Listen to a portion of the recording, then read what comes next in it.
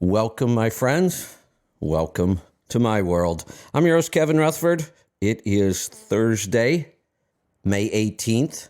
I almost said February for some reason. I have no idea why. It's May 18th. We are here live. We've got a big show lined up for you today. It's not a free-for-all today. We've got some themes. We've got some guests.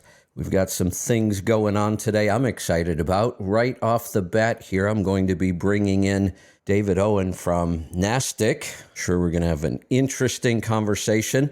In the second hour, I'll be joined by Jamie Hagan. We're going to do a roundup of what's going on in Twitter around trucking these days. So we've got a lot going on. We are going to open up the phone lines throughout the whole show so you can jump in and join us in the conversation as well. So line them up. They're open right now. 855-950-3835. So I want to welcome in David Owen. He's the president and co-founder of NASTC, the National Association of Small Trucking Companies. Mr. Owen, welcome. Hello, Kevin. Thanks for having me on. This is a real treat for me. We've kind of known each other, but stayed in our collective lanes for about 35 years, I guess. I know. We've had a couple of conversations here and there.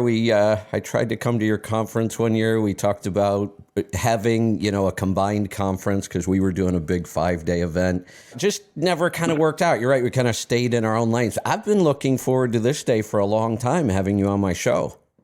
Well, I'm thrilled and excited too, and I'm excited about us moving over into the media and getting to know each other a lot better, because as we've grown into smaller fleets and owner operators, and that's kind of your bailiwick, and I think we can do some mutual stuff together that will benefit owner operators and small companies. I'm excited. I'm very excited about it. And coincidentally, 2 days ago was our 34th anniversary. We just completed our 34th year as the National Association of Small Trucking Companies. I'm real proud of that. That's something to be proud of. Congratulations. And, let's stay on that topic right there. I want you to give us the background, the history, all about NASTC and where it's been and what it does now. And before you do that, though, I want to tell people why I support NASTC so strongly and why I just send people there every chance I get. I'm a big believer in professional business associations. I belong to several of them because even though everything I do is directed at trucking, I've, gained a lot of knowledge in other areas so I can help my clients. I do a lot. I was a certified financial planner, a tax preparer. So I belonged to a couple different associations in financial planning and tax. I got into health big and went back to school and became a nutritional therapy practitioner. I belong to associations in natural health care. I belong to those groups for one reason: education. I want knowledge, and that's where I find the best education is at those associations. I get best practices, really practical, everyday knowledge on how to do my job better, how to run my business better in those areas. And from day one, I searched for the association for owner operators or small fleets that would do that. They didn't exist. I've been through dozens of them. Most of them failed. I mean, how many of these things have you seen pop up in the last couple of decades that don't make it but a couple of years, if that? Well, that's one reason why we've welcomed people to come in and give us somebody to compete against. Right. But the truth of the matter is, what we've accomplished is extremely hard. You've got to get the critical mass. You've got to get a lot of people small trucking is so fragmented, and everybody does the same thing, but everybody does it a little differently, and there's so many variables involved. So we've been extremely fortunate. We've managed to make the right moves when when Yogi Berra says, when you come to the fork in the road, take it. That's right. We've taken the path less traveled a lot, but we've made mistakes over the years, but we haven't made any critical mistakes, and have been able to survive some challenges from primarily large trucking and other associations.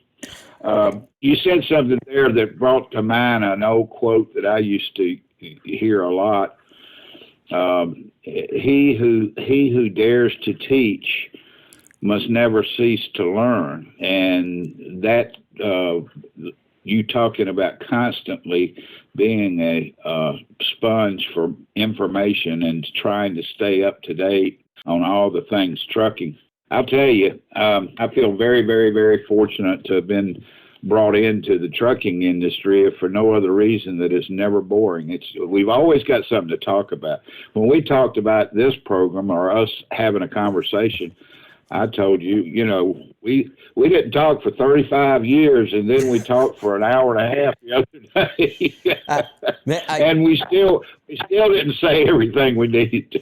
I think it was 2.5. I got like 8,000 steps during that time, because I walk the whole time I talk on the phone.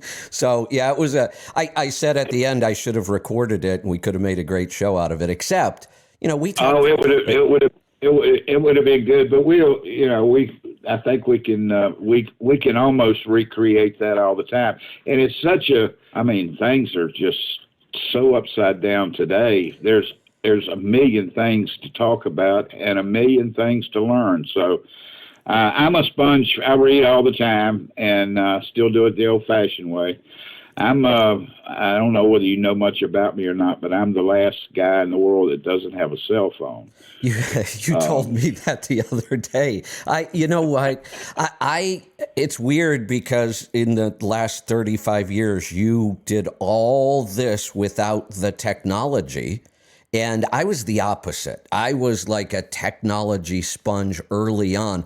People don't realize this. I was on the internet, on social media.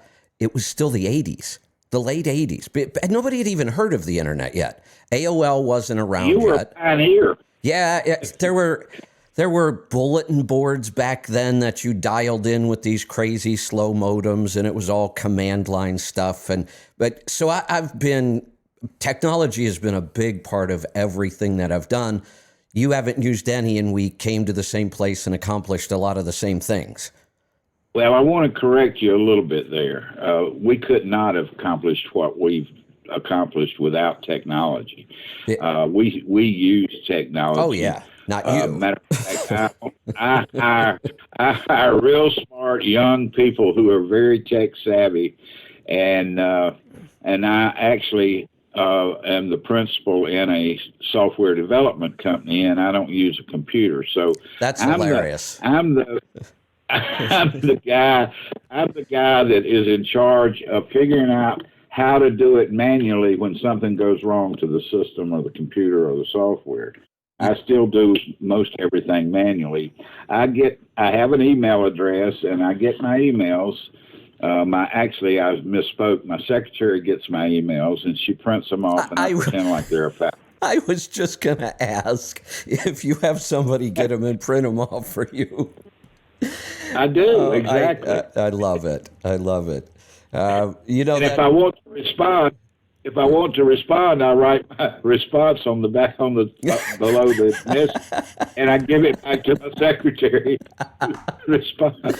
I love it. So back to the education thing, when I remember the first time somebody called me. I heard about NASTC from one of my callers. It was a long time ago. But I remember they called me about the fuel card, because fuel was such a big thing for me. I've been teaching fuel mileage, and we have an app that we wrote that tracks fuel mileage. We have 100,000 plus trucks on it. We have about 5 million fuel tickets in that system. Pretty incredible data in there. One of these days, I'm going to figure out how to really, really leverage all that data. So it's amazing. It's amazing that we have in our program last month, and this is a typical month, we had 400 and I think 52,000 fuel transactions on our program. So that 452,000. That just averaged 105 gallons. That just gave me an idea. We're going to have to talk about this. I've got to think it through. I get all kinds of crazy ideas on the air, and sometimes I spout them off, and then the next day I think, what the hell was I thinking? Well, let's be careful about that. We're preaching to the choir now, and I think we can say damn near anything we want to. But yeah, so you know as well as I do that sometimes gets both of us in trouble. I know, it gets me in trouble all the time. My team hates it. I come up with ideas on the air, and I talk about them as though they're already a real thing. And then our customer service gets calls about this, and they're like, "What? We've never heard of that." So I've got my family well entrenched in NASTC. My youngest son, is my VP of sales, and my oldest daughter is my VP of operations, and my son-in-law is my producer in our insurance agency, and my middle son is my former hacker, and Porter is my IT guy. So, I love that. And then I have a nephew that's moving up in the marketing department. So, but I literally can hear eye rolls now with the ideas that I I'll bet. I come up with an idea, and all of a sudden I hear this clicking noise all around the room. Yep. Yeah, I know. You want to do what? Well, I thought about all those fuel transactions. Do you, when somebody runs the car, do they have to put in their odometer? No.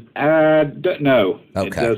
It doesn't. Okay. It's a regular now, but I see where your mind's going, because that would be a great aid in figuring fuel tax and missing miles. And fuel mileage, what these guys just don't track. I mean, that's we give our software away. There is no charge for our software. We give it away free.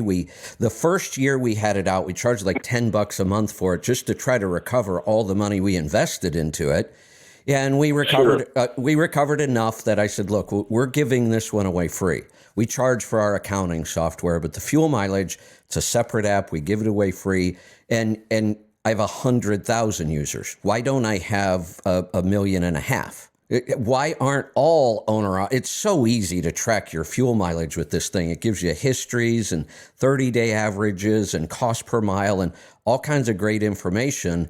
But I was thinking if they were putting in the odometer, we could just feed it all back to them. They wouldn't even have to do anything. I mean, we could just run all the data through the app and feed it back to them. This is something that's, I know you're the same way. That's how your mind works. Something you and I can explore later on. Again, the education. I got that first call because fuel mileage was a big thing. I push it constantly. These guys don't track it. They don't pay attention to it. They don't try to improve it. The average truck on the road today is getting 6.6 miles to the gallon.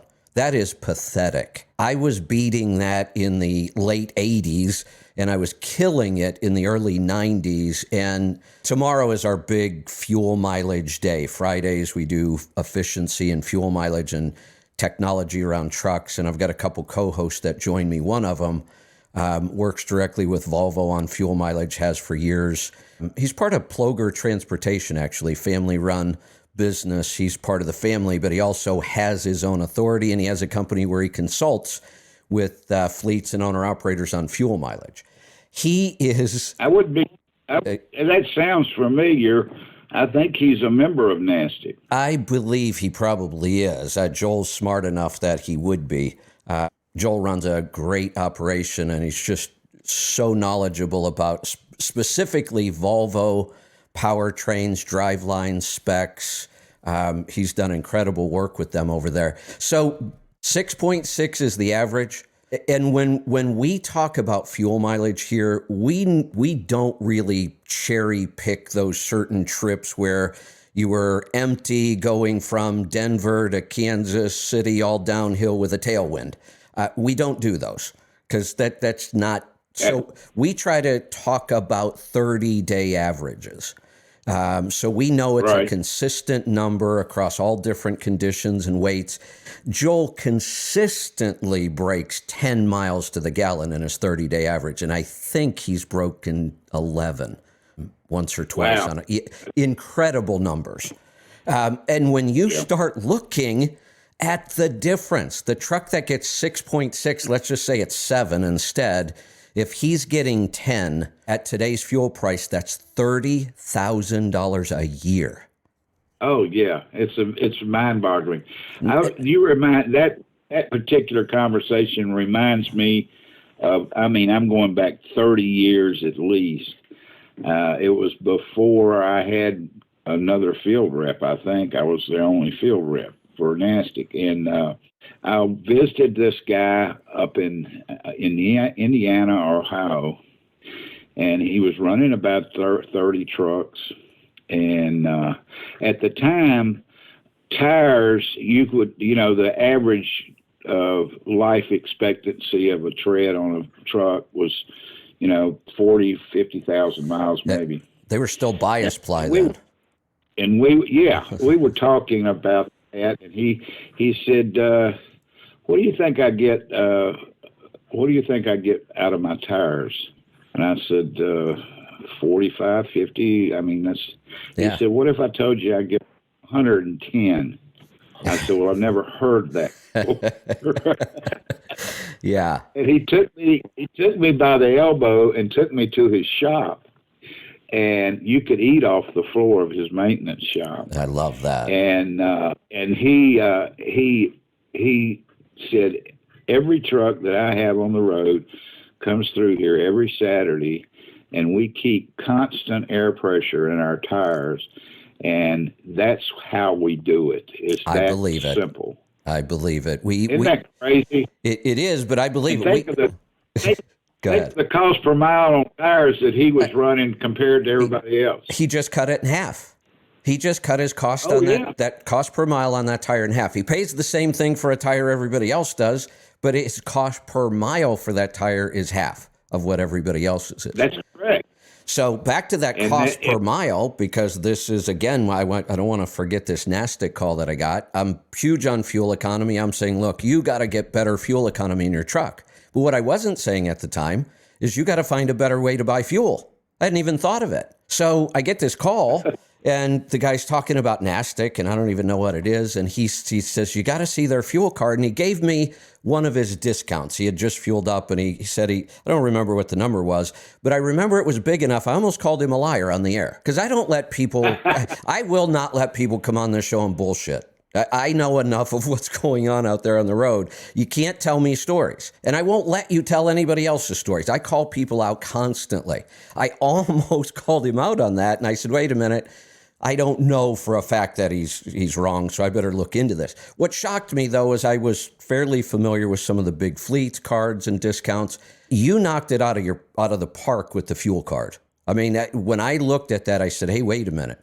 These guys that are really killing it on fuel mileage, if we now get them this card and they get this discount, their fuel cost per mile is it's just as low as you can get it. And now I would give all the credit to one of my longtime partners who passed away suddenly about 60 days ago, and that's Bob Kelso, who helped us design our fuel program. And Bob had bought fuel for Burlington and Trism and several Ameritruck, several large carriers. He called himself a recovering accountant. Kind of reminded me a little of your brain, but he when I got together, he taught me about cost plus pricing and how the large guys, the big companies, were doing that. And it was very impressive. We had a simple rebate program at the time, and we were probably putting 4 or 5 million gallons a month in that rebate program. And we brought out the band and sang Kumbaya every time we saved a guy half a penny. But he taught me about cost plus, and And he told me two things. He said, David, I'll help you do this. And I can help you do this. I can help you design it. I can help you on the repricing software and all that stuff. And but on two conditions. Number one, we're not going to be a typical aggregator in that you know what a consultant, the definition of a consultant is. That's a guy that goes around behind you in your backyard and cuts a rose off your rose bush and then comes around to the front door and sells it back to you. Hey, hold on a second. I got to jump in because I have a totally different definition of a consultant. I like that one, though. My definition of a consultant is a guy that knows 37 ways to have sex but doesn't know any women. That's true. Yeah. Oh, me. Then an expert is a guy that with a briefcase that's 50 miles away from home. Anyhow,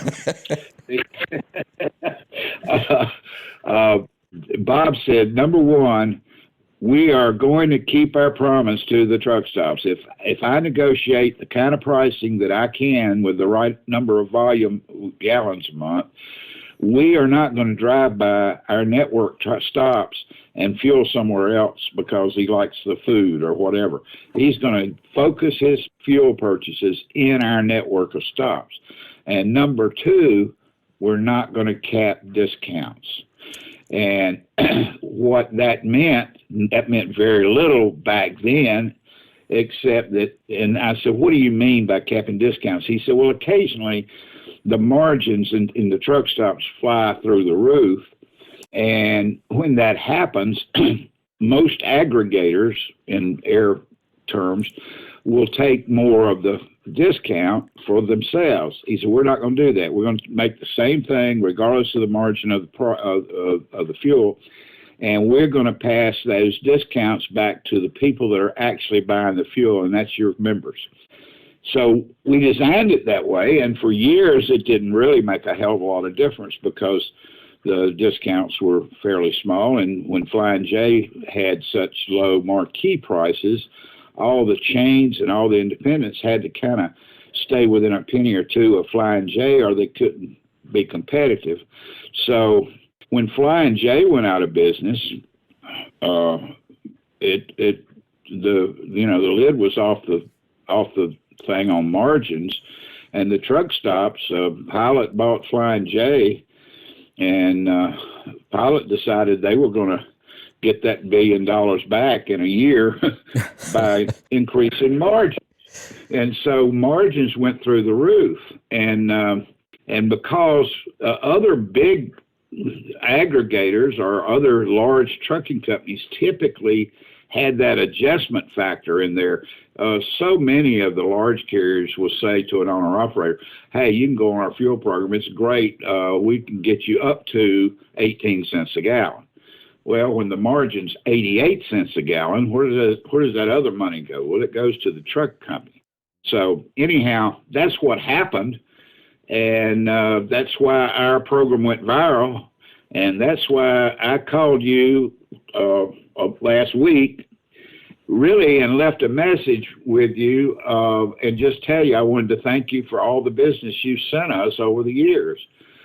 Because you have, and we've never discussed that. You've never made a nickel recommending us, and I just told you quite frankly, I kind of owe you. But the last 2 years, Kevin, we have both in 23, 21, and 22. We delivered over $300 million in discounts back to the people on our fuel program. Wow. In both years. Congratulations. So about $750 million. Wow, that is incredible. Two small guys that are running their trucks.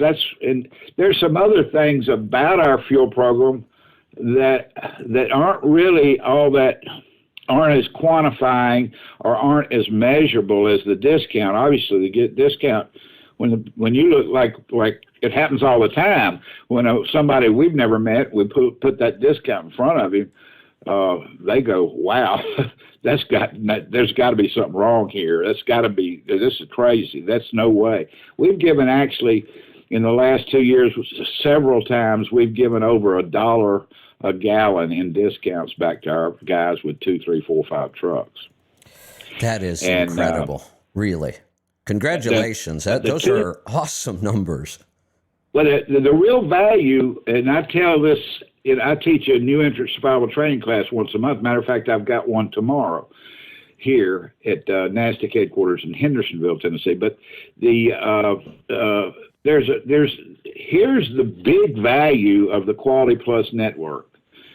The way small companies and owner-operators had to shop for fuel or buy fuel over the road before we came along, is their drivers were told, go find the cheap fuel in that lane. Don't bring back a TA or a Petro fuel ticket. I'll fire you. I can't. Right. So what the drivers were forced to do is go off interstate and find a pumper somewhere that they could buy cheap fuel. Well, when you send a million-mile driver into a pumper location with no parking and no pull-through parking, no pavement, no hot food, no shower, to buy cheap fuel, he's not in a safe environment, and he's not in necessarily a good environment. You do that 4 or 5 nights a week or longer, and at the end of the week, you got a dirty driver, hungry driver, and a pissed-off driver, and one that's looking for a job. Or he's wasting time because he stops and gets the fuel, and he's just not going to stay there no matter what. Now he's got to leave there and go find some other place to park. It's just a horrible system. It's a horrible situation to put good people in. Yeah. And you can't attract good people to drive your trucks if you don't. I mean, they're not going to stand for that. They don't have to. They can find a company that can give them a safe haven and at least a shot at getting a secure parking place for the evening. And still afford the fuel. So the ability to put our trucks in our 1,100, we have 1,100 truck stops that give us cost plus pricing, and the ability to put our trucks and our driver in that environment most of the time allows us to have a focus percentage, and this will blow your mind, 91%. 91% of our fuel purchases are in our discount network. Wow. That's incredible. That is off the chart incredible. Yeah. Because I work at trying to get our guys to focus their fuel back when I had my rebate program, and incidental gallons is what that's that rose that consultant brings back to you and sells you at the front door. But incidental gallons on our rebate program were 10% exactly. There were 10% that our members were buying in our network, and they were buying it before we met and after we met. So if a company stayed at 10%, I wasn't bringing that truck stop any new business, and eventually that deal dries up. Well, I worked my rear end off for 4 years on that rebate program, and I moved that focus percentage from 10% to about 34%. And I mean, I called carriers and I said, you're killing me here. You're driving right past this stop and buying out of the network and so on and so forth. Well, that had never been done before. And there's absolutely nobody that's ever put anywhere close to 91% of their purchases in a fuel network. No. We've done that. I've wondered for years how you did it. Like, how were you beating the big fleet discounts? I just couldn't figure it out. Now I get it. I'm glad I heard the story. It was a little bit of ingenuity and an awful lot of hard work. Well, but all the credit goes back to Bob Kelso. I tell people all the time, we gave back over $300 million last year. I could have kept $80 million of that and still had the best fuel program in America. You're right. But we didn't. You're right. Yeah. Wow. All right. So, in a lot of respects, I'm pretty dumb. You know what? I like to think that you really worked out a really good win-win. You know, here's another phrase I like to use. It comes from the investing world and the stock market, but it applies in a lot of situations. And the saying is that pigs get fat and hogs get slaughtered. That's So exactly right. I've used that a lot. yeah, and this is a case. I mean, you could have taken that other 80 million, but you'd start to head into hog territory there, and eventually you'll just get slaughtered. And instead, Oh, exactly you right. found a true win-win for everybody.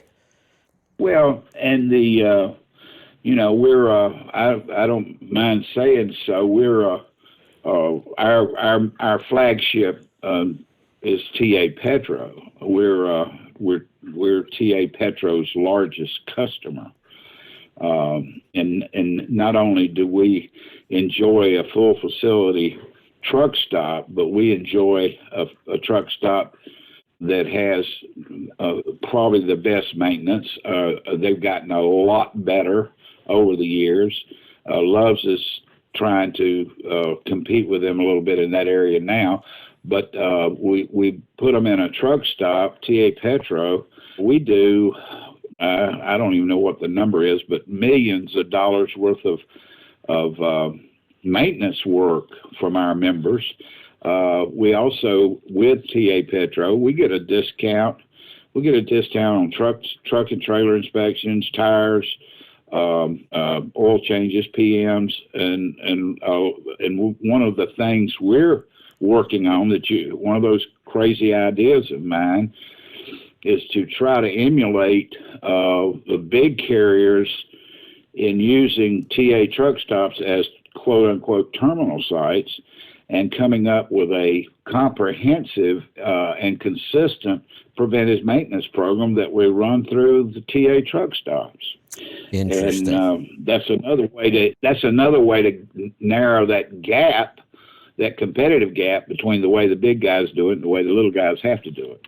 Yeah, but just because, if you're one guy trying to work with those shops, it's kind of difficult. You just get lost in the shuffle. So we've always told our owner operators, you have got to find a couple shops around the country and build good, strong relationships.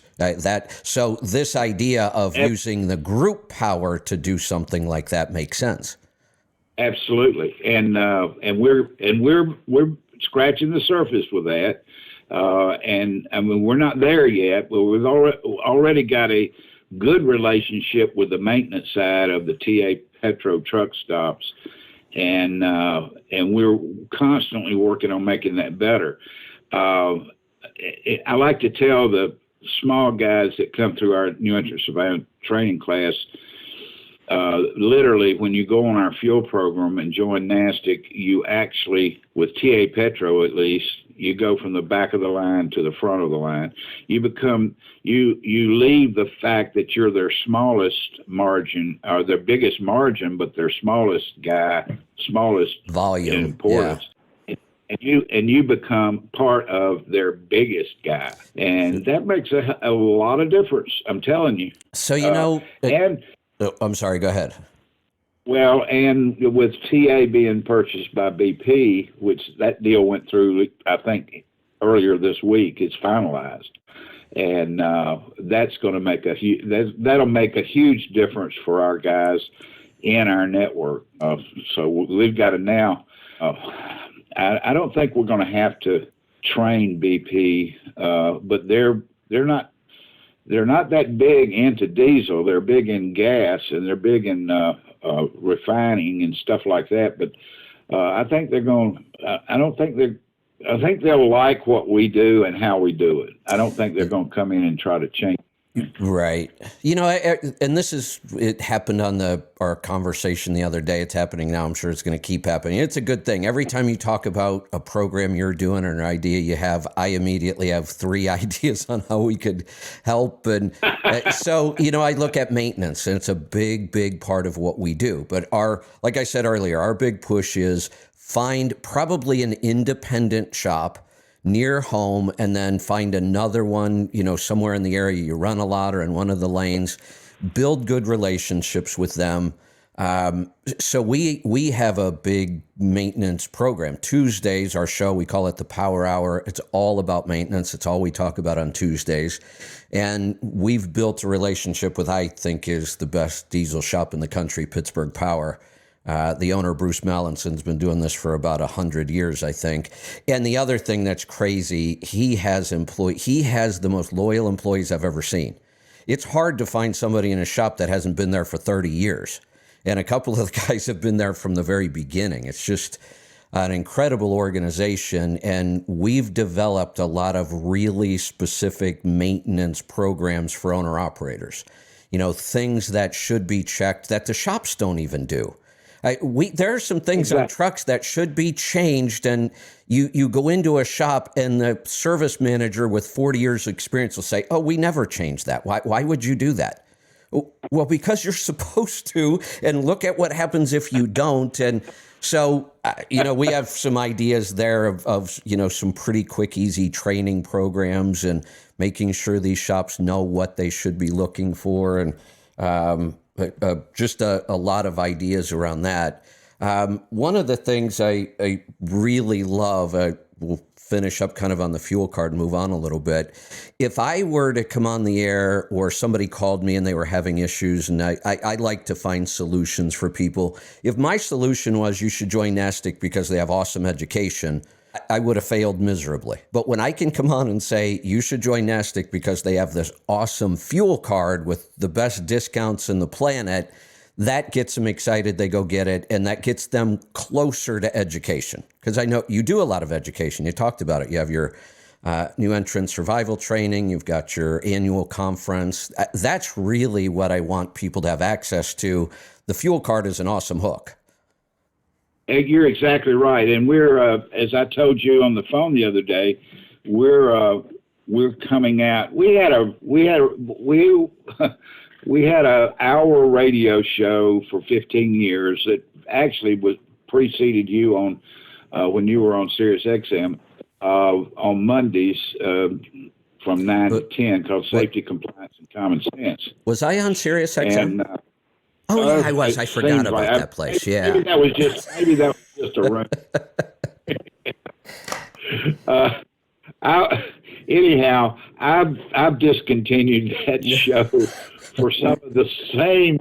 I won't get into the weeds on that because, but some of the same concerns about. I love Dave Nemo, and I love working with Dave Nemo, and I love working for Dave Nemo, and I loved advertising that hour, but I'm not so sure I wanted to continue and work for SiriusXM for a lot of reasons. But long story short, we're starting a podcast for our members, and we're gonna drop the podcast in. The first one will be the 1st of June, and we'll do it the first and third Thursday of each month, and it's for NASTC members only.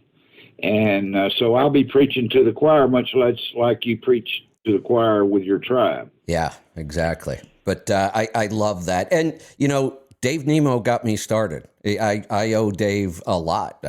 It wasn't the first show that I was on. He was the first show I became a very regular guest on and spent a lot of time on the air. And that's what led to me getting a show on Sirius XM. So, I owe Dave a lot. And come on, he's a legend in the industry, really. Guy's been around longer than the diesel engine, I think. Exactly. We all owe Dave Nemo a lot. He saved lives back 50 years ago by helping keep drivers awake all night. Dave Nemo's an icon in the trucking industry. Absolutely. And and really one of the straightest guys I've ever met. Anyhow. He's also one of the nicest human beings I think I've ever met. I guess I used the wrong word by straight. He's extremely nice, and he's a great interviewer, and he is a sponge for information, just like you, Kevin. He reads. He is a sponge for knowledge, and love to hear him talk about trivia and history and a lot of the stuff that he talks about. But he's also a pretty talented musician. I don't know whether you knew that or not, but he plays drums pretty bad. He plays in a jazz band. Yeah, I know. He's, I think I told you this the other day. You talk about Dave being a sponge for knowledge. The very first CMC we ever did, which was our conference, Certified Master Contractor, it was 2 days then. Over the years, it grew to a 5-day program. Our last event, we had 400 people in for 5 days. And they were long days. We started at 8 o'clock in the morning, and there were nights 9, 10 o'clock at night. We were still going with events. It was incredible. And then COVID hit, and we're trying to figure out where we're going to go with that. So we are planning to bring some sort of an event back next year in 24. We're starting to work on it now. But the very first one, 2 days, I had 25 people in a hotel room in Orlando. That's how we got this program started. Dave Nemo was there because I was a regular guest on a show at the time. Dave, in the history of the program, Dave took more notes during those 2 days than anybody else I've ever seen. Oh, yeah, absolutely. Absolutely. And I'm big on that too. Not using a computer. I take in college. If the professor coughed, it was in my notes. I could have sold my notes to anybody, to the football team for lots of money back in the day when you. That's right. Yeah. Spoken like a true entrepreneur. One more thing I want to go back to on the fuel card before I forget. One of the big problems in the industry still to this day, I wrote a course about this. The course is still online. People can go take it. I am shocked at how much misunderstanding there is about fuel tax and how it affects what you're paying for the fuel, and how few people understand this. And because of it, they are overpaying for their fuel and they just don't get it. And when I used to try to explain it on the air, I swear I confused people more than I helped them. I don't know why I can't seem to explain this concept easily on the air and get people to understand it. That's why I had to go create the course. And if they go through the course, you'll get it. But this is a big deal, and they just don't understand where you buy that fuel has a big impact on the price of the fuel, but you can't look at the pump price. You've got to take the state tax out wherever you're looking at the price. For example, if you wanted to compare Florida and Georgia, should I fuel in Florida on my way through, or should I wait until I get to Georgia, or whichever way I said that? And it's big, but you have to look at the pump price in Georgia, take Georgia's fuel tax out of it. Now you know what you're paying for your fuel. Look at the pump price in Florida. Exactly. Take Florida's tax out of it, and now you can compare fuel against fuel. Correct. And almost always, the small carrier or the person that's not paying attention will overbuy in Georgia and underbuy in Florida. And then Georgia's notorious for not giving you your credits. Or the carriers are notorious about not being sophisticated enough to go get their credits, and or they tie up your credits for 90 days or something like that. It's crazy. And you're exactly right. One of the things one of the advantages of our fuel card is our data is transparent. Correct. Our guys can go in and we have a fuel app now. They can cherry pick and plan their route and know exactly where our best price is in a particular lane before they ever crank the truck up. And the other thing about that is you're exactly right. We have a column in our monthly report that shows the price of the fuel without the tax. X-tax price is what we call it, right? Yeah, X-tax price, exactly. And that's important data to have. And it really, you're right, and small carriers and owner-operators have literally left hundreds of thousands of dollars on the table by not having a good fuel tax scheme. One of the things that I've heard a lot, and I've used a lot because we've struggled with that too, we have members, and the wife runs the back room, and the husband drives the Right. truck and fixes them. And the woman is real good with fuel taxes, and they don't miss a thing. But when you got somebody that doesn't understand it, they leave money on the table. The one thing that I heard, now I'm curious to see what your take is, but this is 30-year information. One of the things that I used, Bob Kelso was in the room when they created IFTA. Okay, he was the guy that helped us with the fuel program. That's a key too, because IFTA changed the way owner-operators should buy fuel. The old strategy of I just have to buy enough fuel in every state to kind of cover my fuel tax because nobody gives me refunds. Before IFTA, it was a mess. So the idea of, I'm going to cover my miles by buying enough fuel in every state. The day IFTA was implemented, that should have been thrown out the window. And here we are 30 years later, people still think that way. That you can't think that way anymore. You've got to buy the cheapest fuel you can find, X tax. The tax will take care of itself. You just ignore fuel tax. There's almost nothing you can do to change your fuel tax unless you are willing to take another route, and that almost never makes sense. So the tax is what it is. Ignore it. You're going to get your refunds because of IFTA. So you should be buying fuel at the cheapest X tax price you can find. If you don't know that, if you are basing your purchases on pump price, you will be buying in the wrong place every time. Just about. You're right. And the other, what he told me that I actually could pass on to some guys, and they actually learned something. And you're right. This is not good advice anymore, or even pertinent. But he made a statement. He said, if you want a simple rule about buying smart for fuel tax purposes, when you overbuy, buy as close to the Mississippi River as you can. And I don't know why that was good advice, but it was. There were reasons, but it all got thrown out the window with IFTA. On IFTA, it's very, very clear. Always buy the cheapest X tax price on your route. The most underused tool that has been available for as long as I can remember, ProMiles, put together the most awesome fuel buying tool on the planet, and almost nobody uses it. It's been around a long time where I could go to ProMiles, put in my route, and it would pick the truck stop with the X tax price that I should buy my fuel at. It would even, if I was using the software properly, it knew how many gallons I had in my tank, and it would even tell me, look, you should stop at this place and pick up 40 gallons if you have time, just to get you to the cheapest place, and then we're going to top off. It was an incredibly powerful tool. We've worked with ProMiles for decades. They're one of our partners. I gave up talking about it. I just couldn't get anybody to use it.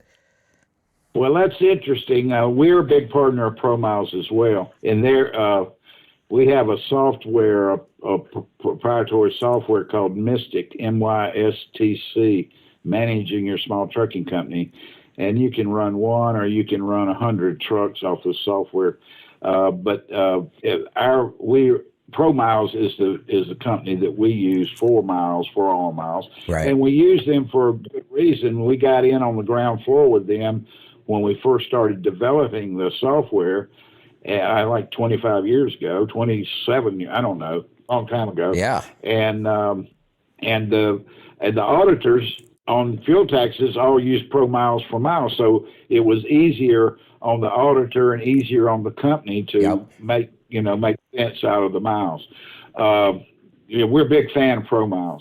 The funny thing about I did not know.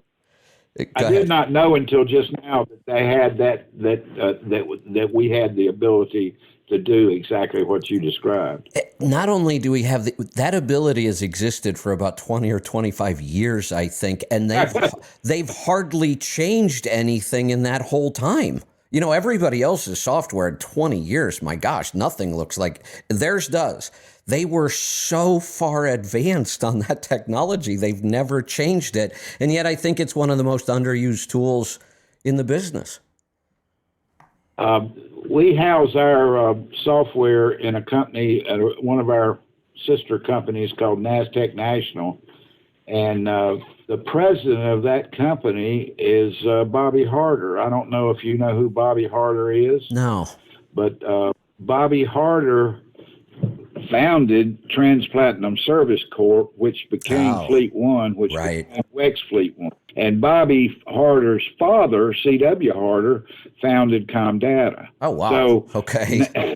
Of the two building companies that do 99% of the fuel buying in America for long-haul trucks, 99% of those go through a company that one of the Harders created. Wow. So we were talking about Comdata the other day, and you started there, and I said, I have a Comdata store, and you said everybody in trucking does, which is probably true. I don't know if you'll remember this or not. Comdata had a program. It was an audio newsletter. You got it on an audio cassette back then. It was actually mailed to you. Oh, Super Driver. Super Driver. I wrote a column in there. Well, we today... we've got about 5,000 trucks on what we call Driver Plus, which is a safety mini version of Super Driver.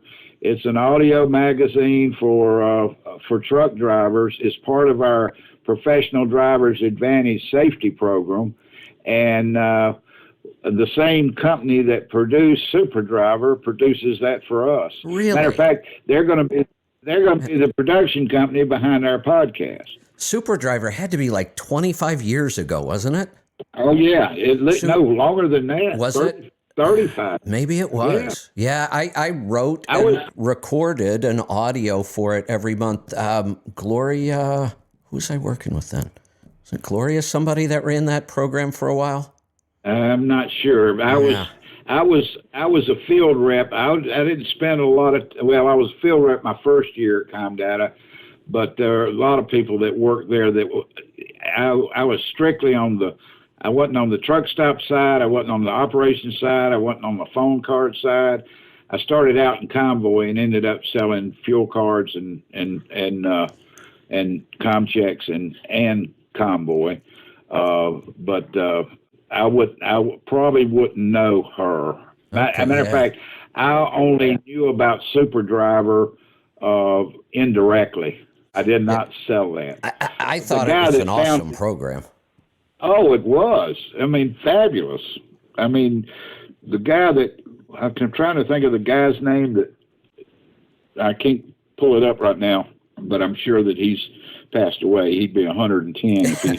Stein was his name. Okay. The guy's name was Stein that developed Super Driver as an idea, and he got Comdata involved, and that was a wonderful program. And like I say, we've taken a page off of that book, and we now have.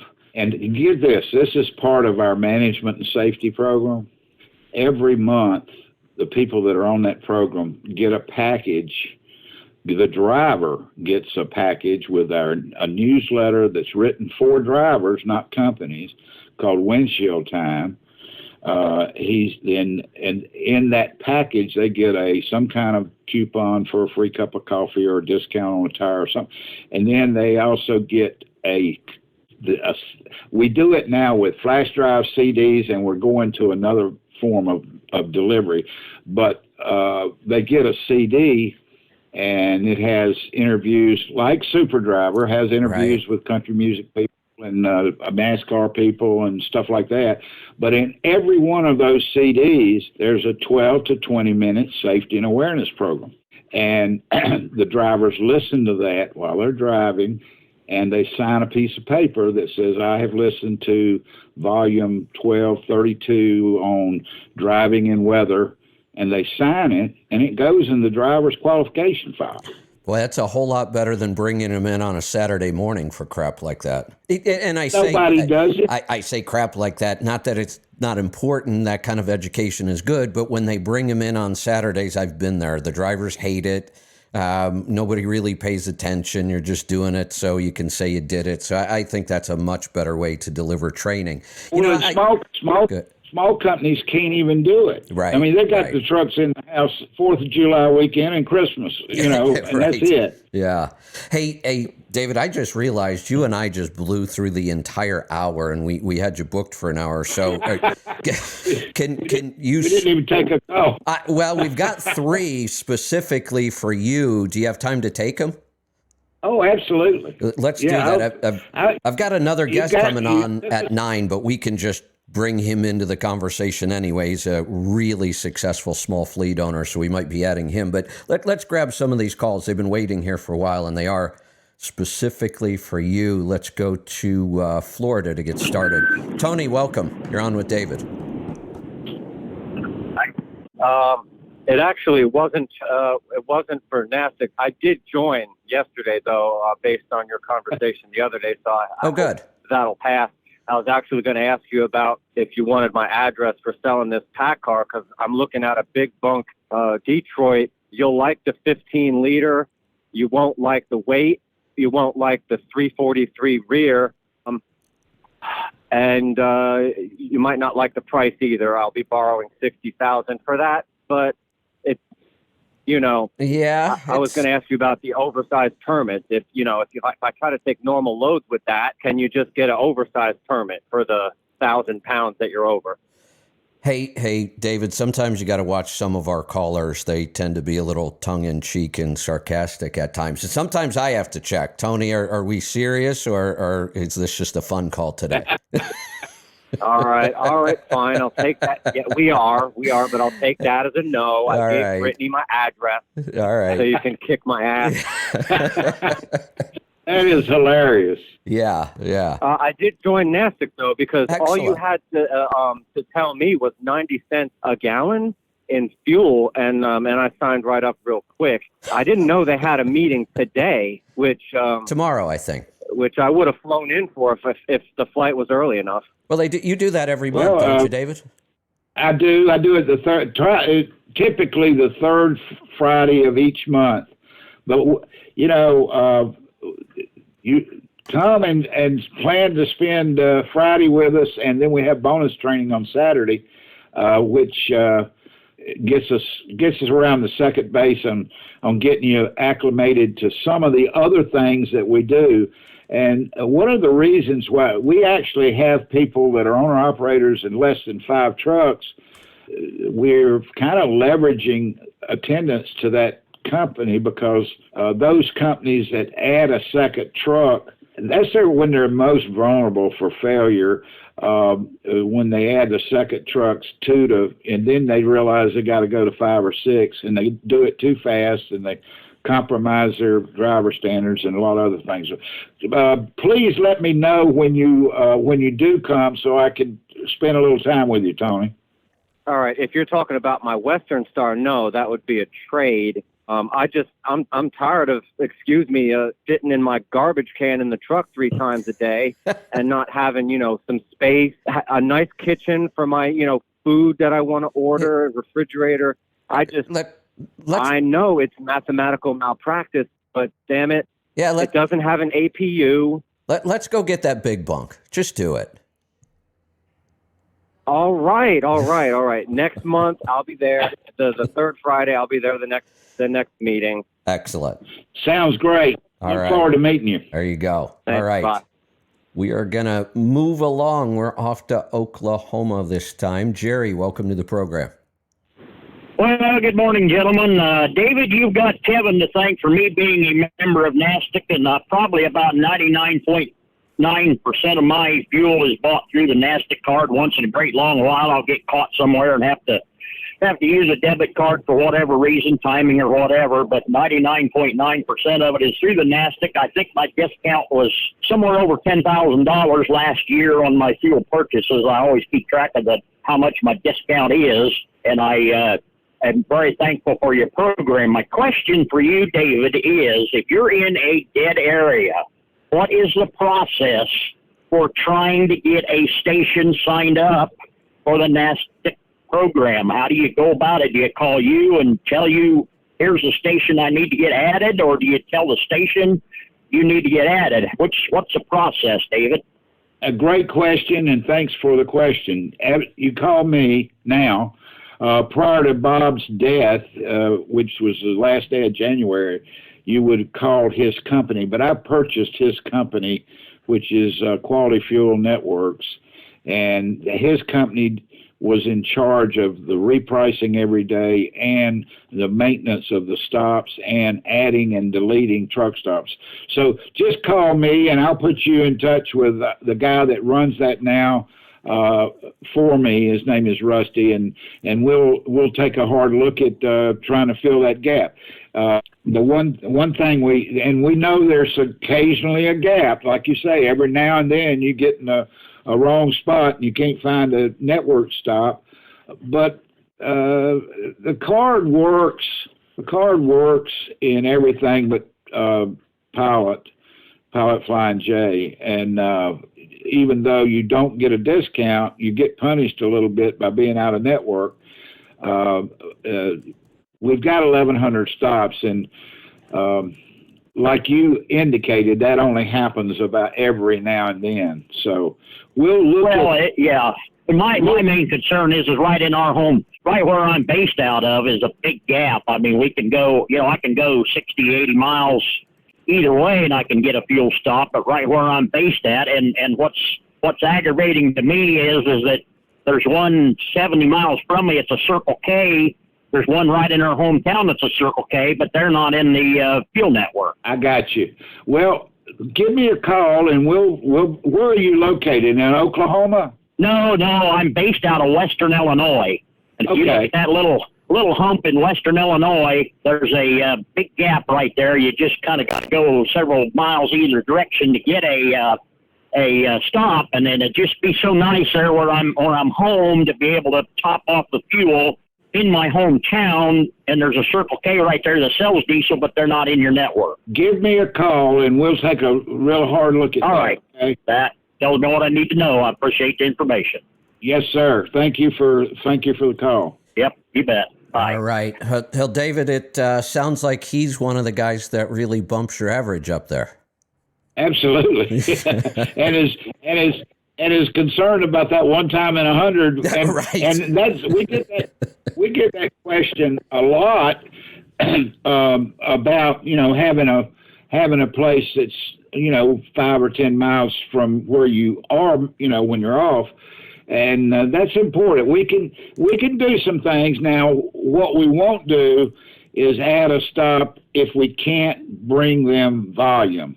And so it's a juggling act. So we got to keep our eye on the ball, so to speak, and make sure that we're treating the truck stops well. But if we got a Circle K 10, 15 miles away, we might could get that Circle K as well. So there you go. We'll take a look at that, and we appreciate those kind of calls, by the way.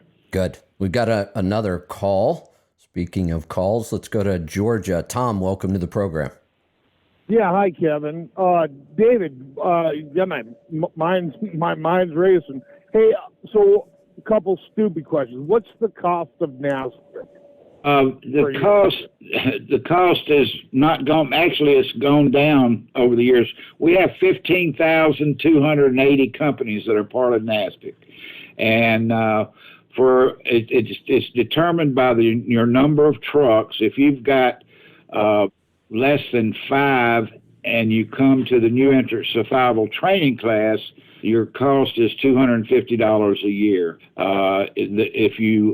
If you're then it's $350, I believe, if you have between 6 and 20 or 19, and $450 if you have 20 to 29, and then it goes to about like a $10 per truck increase from there.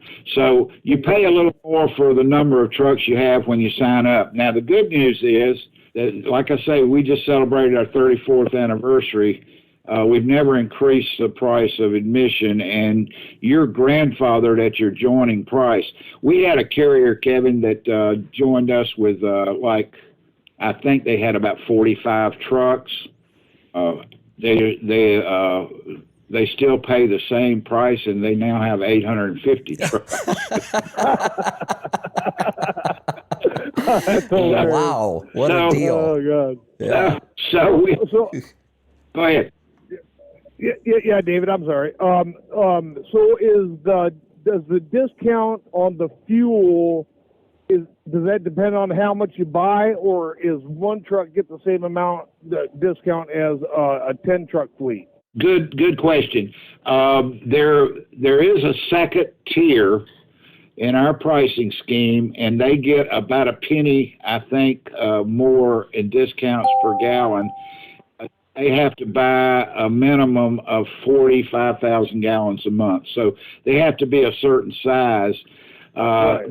For the most part, no. The pricing is every. You got two trucks, you're paying the same basic price as everybody else unless they've got 45. I think it's 45,000 gallons a month focused in our network, and then they get an extra penny. Okay, and then you're saying the average discount's about 90 cents a gallon right now? Well, no, please don't use that number. For the entire for the entire year, last year, our average in 1,100 truck stops on, good Lord, almost probably close to 1 billion gallons, well, 500 million gallons of diesel fuel, our average was like 60 cents. Wow. Okay. And our 51, you can go on our website and get the exact amount as a member, and you can see using our fuel app, you can see here's something that a lot of people don't understand, and I think it's the coolest thing ever. Kevin, I'd like to patent this, but I can't. Just because of a fluke in the way we do our pricing. Yeah. When we got this together, Bob and I said, how are we going to control the cost basis on 800 racks all over the country and thousands of transactions every day? And he said, here's the way I want to do it. I want to take a snapshot of the cost in all 850 racks at 9:00 Central Time on Monday for Tuesday's purchases, on Tuesday for Wednesday's purchases, on Thursday for Friday's purchases, Friday for the weekend, and back to Monday. So that didn't mean a doggone thing when we designed it, because wholesale fuel would move maybe a fraction of a penny a day. Right. The graph, you couldn't even tell it moved, and it was incidental information. Well, our fuel guy came to me one day and said, "Boss, we just got the repricing, and tomorrow fuel in our network's going up 6 cents." I said, "What?" I said, "Do we go to war, or we start a war in Iraq, or what's going on?" And he said, "I don't know, but it's going up 6 cents tomorrow." And I said, "Well, holy cow, I've never heard of that. I mean, it's never moved like that." And he said, "Why don't we send out a fuel alert?" And I said, "What do you mean?" And he said, "Why don't we send the fax out to all of the people on our fuel program and tell them to buy before midnight? Fuel's going up in our network 6 cents tomorrow."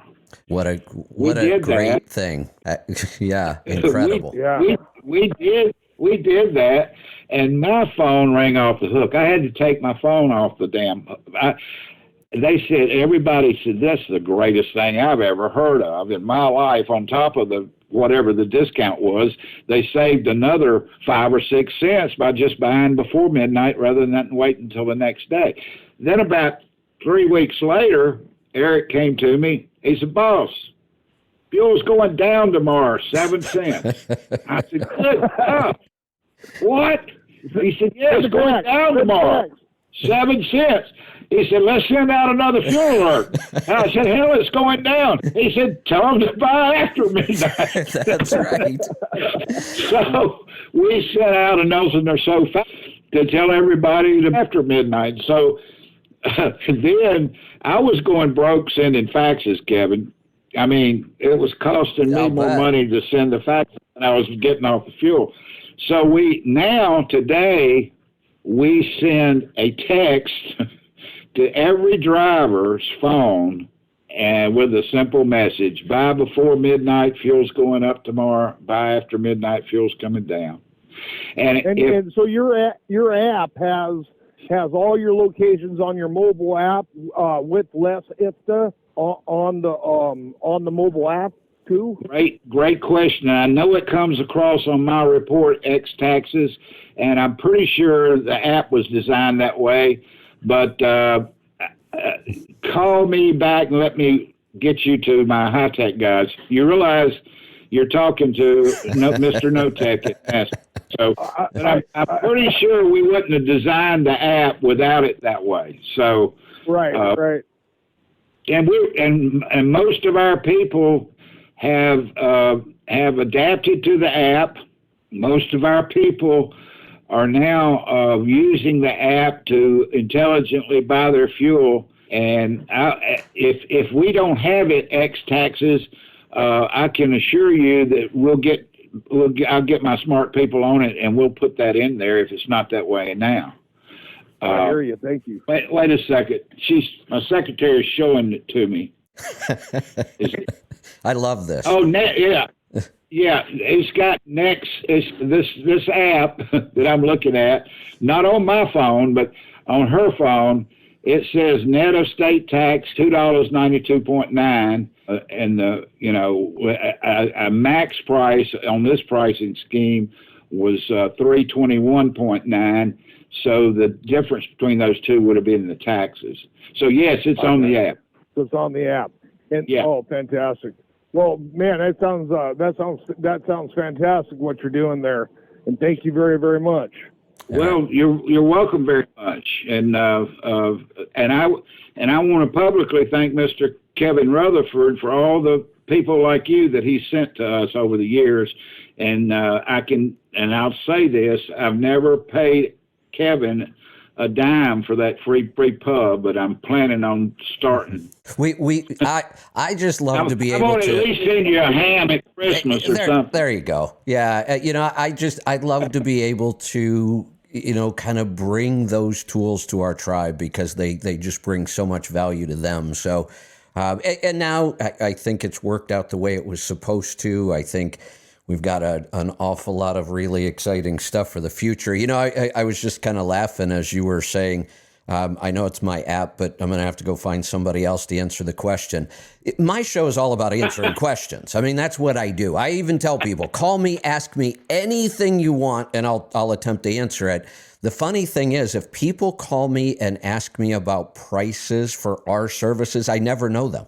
I don't pay attention to that. I don't deal with that. And I know it sounds awful when somebody calls and says, so what's the price? I don't know. Go on the website and look. We put it all up there. I just don't know what it is. To me, that's something that I don't need to take up space in my brain for. Exactly. And the other question we get a lot, and obviously our discounts are almost hard to believe.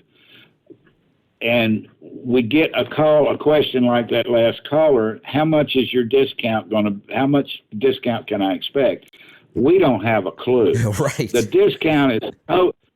discount is totally based on how much margin the truck stop chains are getting on a gallon of fuel in a given area at a given time.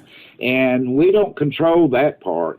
Now, the one thing that's fairly unique about our program versus, say, a large trucking company going to TA, if a large trucking company goes to TA and says, okay, I'm going to put 4 million gallons a month in your stops, I want cost plus 2, okay? And Mr. TA would say, okay, that's fine. Show me the 2 million gallons and I'll show you the 2 cent cost plus 2. But who controls the cost factor in that equation? TA Petro. Or the Saudis. In our program, TA TA Petro in our truck stops does not control the cost factor. We do. Right. So we don't ask TA Petro, what do we owe you for this gallon of fuel? We tell TA Petro, this is what we pay you for the fuel. Yeah, it really is. I know I've said it so many times, but it's an incredible program. I think he's trying to call back. We had a call. Oh, no, somebody else is calling back. We had a call that just dropped. He had a comment for you. We've got another one coming through. So we'll wait just a second for that. David, while we're waiting on that, tell us about your annual conference. I call it the best 3 days in trucking. Of course, that's probably irritates you a little bit because it sounds like your boot camp may be the best week in trucking. We're both pretty biased on that, so that's okay. Yeah, rightfully so. Our first one was about 30 years ago, and Buster and I came up with the idea to have a seminar, and we came up with the idea to have that seminar on a Saturday so the smaller guys could actually go to a meeting. Small guys had to take the phone off the hook to go to any trucking meeting. So we set up our seminar, so to speak, on Saturday. It was at the Hall of Fame Hotel in Nashville. We had 16 people in the room, counting me and Buster. And the next one we had about 50 people in the room. There you go. But we've been doing our annual conference now when we first started, we had a spring meeting and a fall meeting, and we went to a single annual conference about 15 years ago. But it's an amazing 3 days. We have 12 or 14 breakout sessions with really, really smart people that talk about everything from, fuel to nuts. And we have been very fortunate to get some really high-powered keynotes and people will make presentations. We've actually had 4 or 5 keynote presentations by people that have run for president. We had Dr. Ben Carson twice. We had Governor Huckabee twice. We had Fred Thompson once. And then we've expanded it now to a full 3 days, Thursday, Friday, Saturday now. It's in downtown Nashville at the Omni Hotel, and we fill up the hotel. We'll have 450 to 500 people come and spend 3 days in Nashville. And like I say, it is chock full of that thing that both of you and I, Kevin, treasure, and that's education. And one of the big benefits is these guys, this is the only opportunity really for them to meet each other. Yeah. And it's kind of like I use the analogy when your kids are small, you work real hard as a parent trying to figure out what to get them for Christmas, and you come up with a great idea, and then 5 minutes after they open the present, they play with the damn box and don't ignore what you bought them. I have a whole story about that we'll save for another day. The best thing about our meetings is the carriers getting to interact with our best brokers and each other, and our speakers and what I call our smart people. But we've got a great agenda line shaping up for this year, and you're going to be a part of that at the very least with a breakout session that both of us may be involved in. I think that would be a lot of fun. That would be fun. Yeah. Yeah. And yeah. The dates are November 2nd, 3rd, and 4th. And downtown Nashville, and the first step is join NASTC. It's for members, and occasionally I'll get a call and say, "Hey, can I come to your meeting? I want to join, but I want to find out more about you." And we let them in. So you let them in, and then you don't let them out until they join. I like that model. Yeah, exactly. Yeah, that's right. We throw the kids on the roof. That sort of thing. Yeah, that's right. So, a real quick story about the CMC, because you talk about that, the connection, the networking, the camaraderie. So when we started our program, it was 2 days. It was me standing up in front of the room and talking for 10 to 12 hours a day, or until people started falling out of their chair, and then I might quit for the night. We grew that into 5 days. and multiple speakers, multiple breakouts. We've never had kind of big names outside of trucking, but we've had Dan Baker. You very familiar with Dan Baker. We had Larry Wingett was our keynote for a lot of years, great author, friend of mine. And Larry and I would do a piece up on stage together. That was a lot of fun. But this was an expensive program. I mean, at the end, when it became 5 days, it was $1,800 a person. And we calculated for a husband and wife team to come to that cost them about 10 grand. By the time they paid for the ticket, took the time off, lost that revenue, paid the hotels, all that other stuff, we covered almost all the meals. It was a really expensive event. And we understood that, but we also knew that there was way more value in that than what you were paying. But people kept coming back. And I thought, wait a minute, I try to tell people every year, there's not much different this year. You know, the material I'm teaching is the same material I was teaching 10 years ago with a couple minor tweaks because this stuff doesn't change. So why are you coming back? Did you not? And some people would say it was so much information, I need to go over it again. But then they came back a third and fourth time, and I'm like, all right, guys, something else is going on here. What is it? It was just the networking. They just wanted to be there that week and just hang out. They wanted to play with the box and not the toy. Yeah. We get the same thing, Kevin. We get the same. A lot of the people that you come to one of our meetings and you'll be back every year. You'll be coming back every year.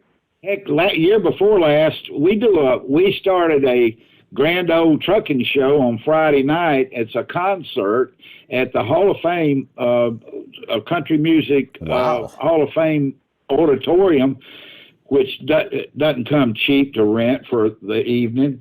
And hell, we had Winona Judd and John Snyder and Billy Dean and Lindsay Lawler and a year before last. And last year we had John Snyder again and Tony Justice and Lindsay Lawler. And this year, T.G. Shepard and his wife Kelly are going to host the program. And we've got Phil Vassar and a fellow by the name of and I'm drawing a blank. Yeah, I can't believe that. He's a fantastic. He's written 18 number one songs. Wow. Okay. Well, this sounds Jeffrey like a lot. Steele. Okay. So we have that concert on Friday night. We used to send our drivers of the year. By the way, I didn't even mention our drivers of the year. We recognize 18 or 20 multi-million drivers of the year at every conference, and we pay for them and their wife to come and their company owner, and we treat them like gold. We give them a jacket, and we spend about a grand on all 20 of them. I hate to tell you, you probably know kind of what we spend to do this. Oh yeah. And it's a number that almost makes me want to throw up. I but know. The truth of the matter is, and we don't get it back in fees.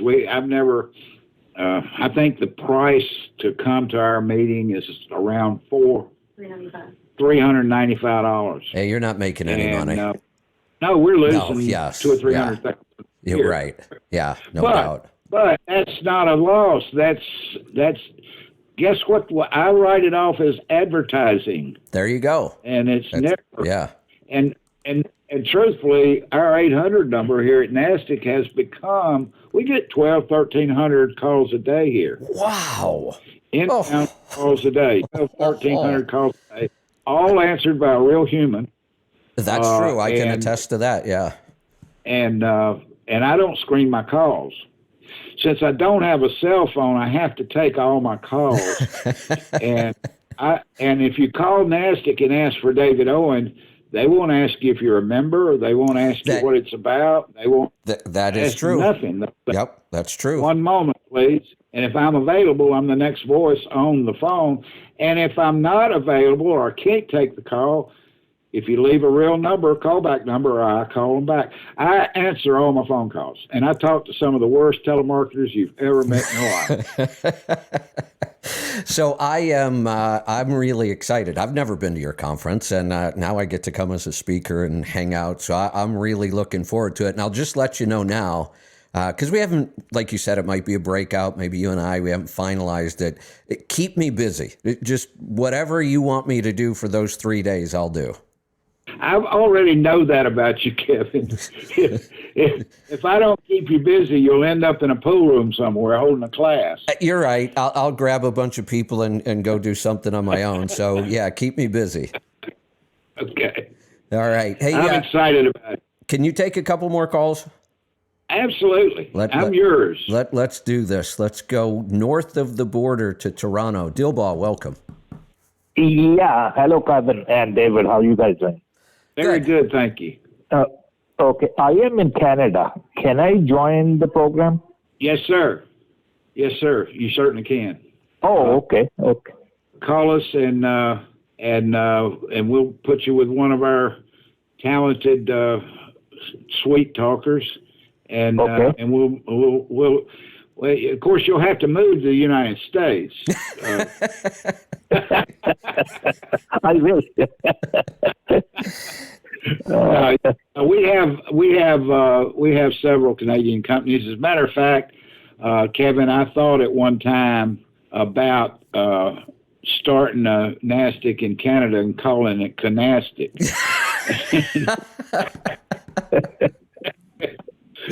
But the big problem we had at the time was the money exchange. It gets complicated, and the hours of service are different, and there's some complications about Canadian companies. But yes, if you run miles in the United States, we'll earn our keep by you being a NASTC member. You know, Okay. Very good. that issue we dealt with as well with our accounting program. We had so many requests from Canadian owner-operators that wanted to be a part of it. And I just say, look, I struggle to keep up with the U.S. tax laws. I can't possibly learn two countries. And ultimately what we ended up doing, I licensed the program to a great to somebody in Canada. Great trucking veteran up there, Ray Haight, licensed the program and had, Canadian accountants who understood. So, and that worked out well. Well, we just had one of our best brokers. He just retired, but he was our broker of the year a couple of years ago. Chuck Snow, who ran traffic. Oh, Chuck is a great friend of mine. Chuck's one of our speakers at our event. Is that right? He is. What a great guy, and what an amazing story. He was like the outlaw trucker back when Canadian freight was regulated like the U.S., and he was an outlaw breaking all the regulations. He's got an amazing story.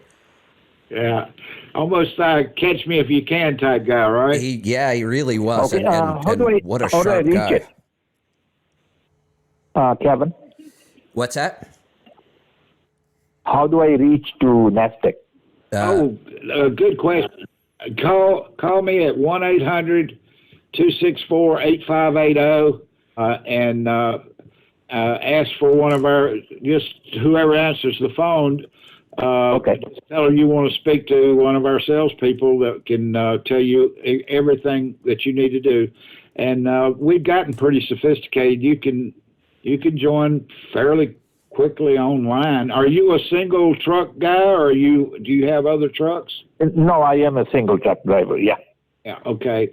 There are some qualifications if you've got less than 5 trucks. If you're 1 to 4, you either go on our management and safety program, kind of as a leap of faith, or come to visit us and go through the new entrant survival training class. I love that too. I'm really glad that's how you set this up. Well, a lot of the guys that come down here, they come kicking and screaming, but after they leave, they're very happy they came. That's exactly right. I've heard that many times. I got tired, Kevin, of saving all these guys $10,000 a truck on fuel, and then 6 months later they're out of business because they didn't know how to do some of the things exactly. you and it's hard. The business is, it should be simple, but it is not. There's nothing simple about making money out of a truck. I'm not kidding. But no, And, I think between you and I, we've helped to simplify a lot of things and given people tools that simplify it. And the reason we've had to, it's a complicated business. It really is, and there's not a whole lot of room for error. I mean, there's just you can make a fatal error in a heartbeat. I've never seen an industry where you could take a viable 18, 20 truck company in March and they're signing Chapter 7 in July. I mean, it's crazy all the things that small guys, particularly small guys who are trying to grow, how vulnerable they are to things they have no control over, like all the crap that's going on in the United States right now with our economy and with our government. Oh boy, if you and I got started on that, it would become a marathon session. Oh, I know, and you know, I can't do anything in 10 minutes. I always go back to Genesis to tell all my stories, and yeah, I think you need the backstory. If you're going to appreciate the current story. I'm a big history buff as well. Got it. All right. Dilba, does that help? Yeah, thank you very much. Fantastic. Have a good day. You're yes, welcome. sir. Thanks for the call. You're welcome. We're going to bring David in Missouri. Dave, welcome to the program. Hello. Hey, Dave. Hey, Dave. Hey, Kevin. Hey there. Say, I've got a comment and I've got a question. A comment, you know, Kevin turned me on to you 10, 12 years ago now when I bought my first truck, started my business, and I've been a loyal member ever since. One of the main reasons I'm successful every year is because of the discounts you guys provide through your fuel card program. And the notifications I get every day from Eric Lamb that tell me if the price is going up or price is going down tomorrow is crazy. I mean, it's just so convenient. And my story pertains to that. About a year, maybe a little bit better than a year ago, you know, shortly after we elected that turnip-in-chief that we got now, when the fuel prices were rising by 25 cents a night, the next night they were going up 17 cents a night. Do you remember that era? Oh, absolutely. I listened to a conservative radio talk show out of my home state, Milwaukee, Wisconsin, and I called him and I told him, I actually texted him a copy of that, and he got back to me right away. He says, "Can you forward them emails to me?"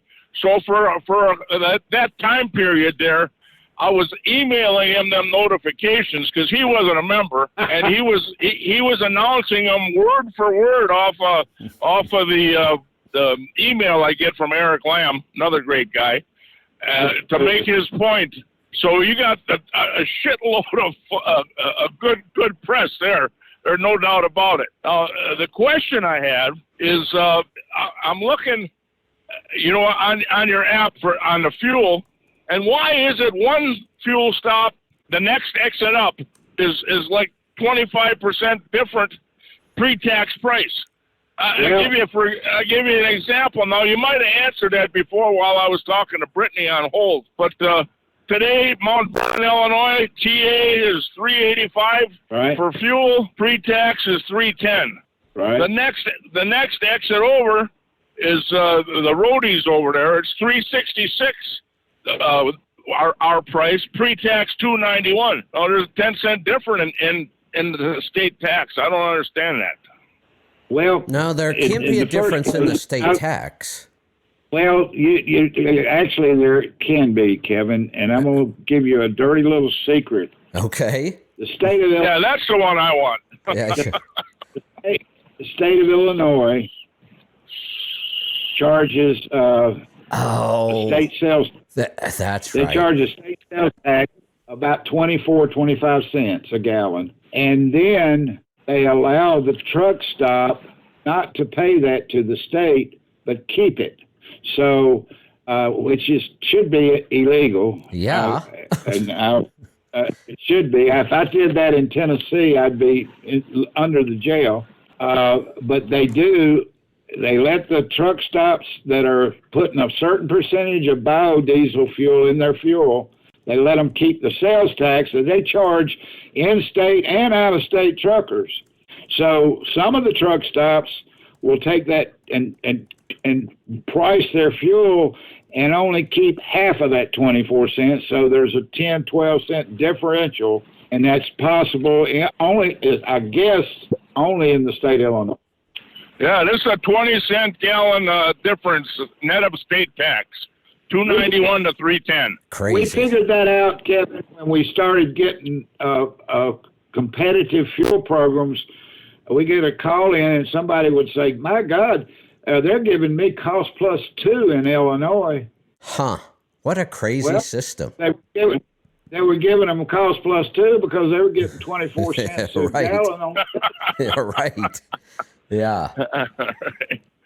Well, continued success. I like you guys partnering up. You guys are meant for each other, no doubt about it. I'll keep listening and I'll keep using it.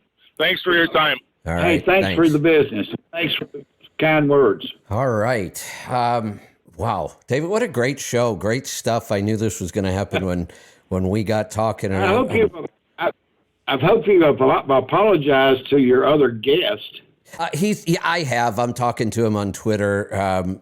Jamie's a great guy. Like I say, he's one of our tribe members. He's an awesome small fleet owner that is pushing those 10 mile per gallon numbers. He's he works directly with Mac on programs like this, like Joel does on Volvo. So just a great guy. So we're also doing another event, him and I, later today on Twitter. So he's pretty flexible about it. He's actually out driving. I mean, he's a fleet owner, but he still does a lot of driving himself. So he'll pull over. And many of our hosts, like our host tomorrow, Joel Morrow, is full-time, has his own authority, still runs a trucking company. He's got his fuel mileage consulting business, and we never know where he's going to be joining us from. A lot of our guests are doing the stuff we bring them on the air to talk about. They're doing it every day. Sure. So I just think those people make the best people to have on the air.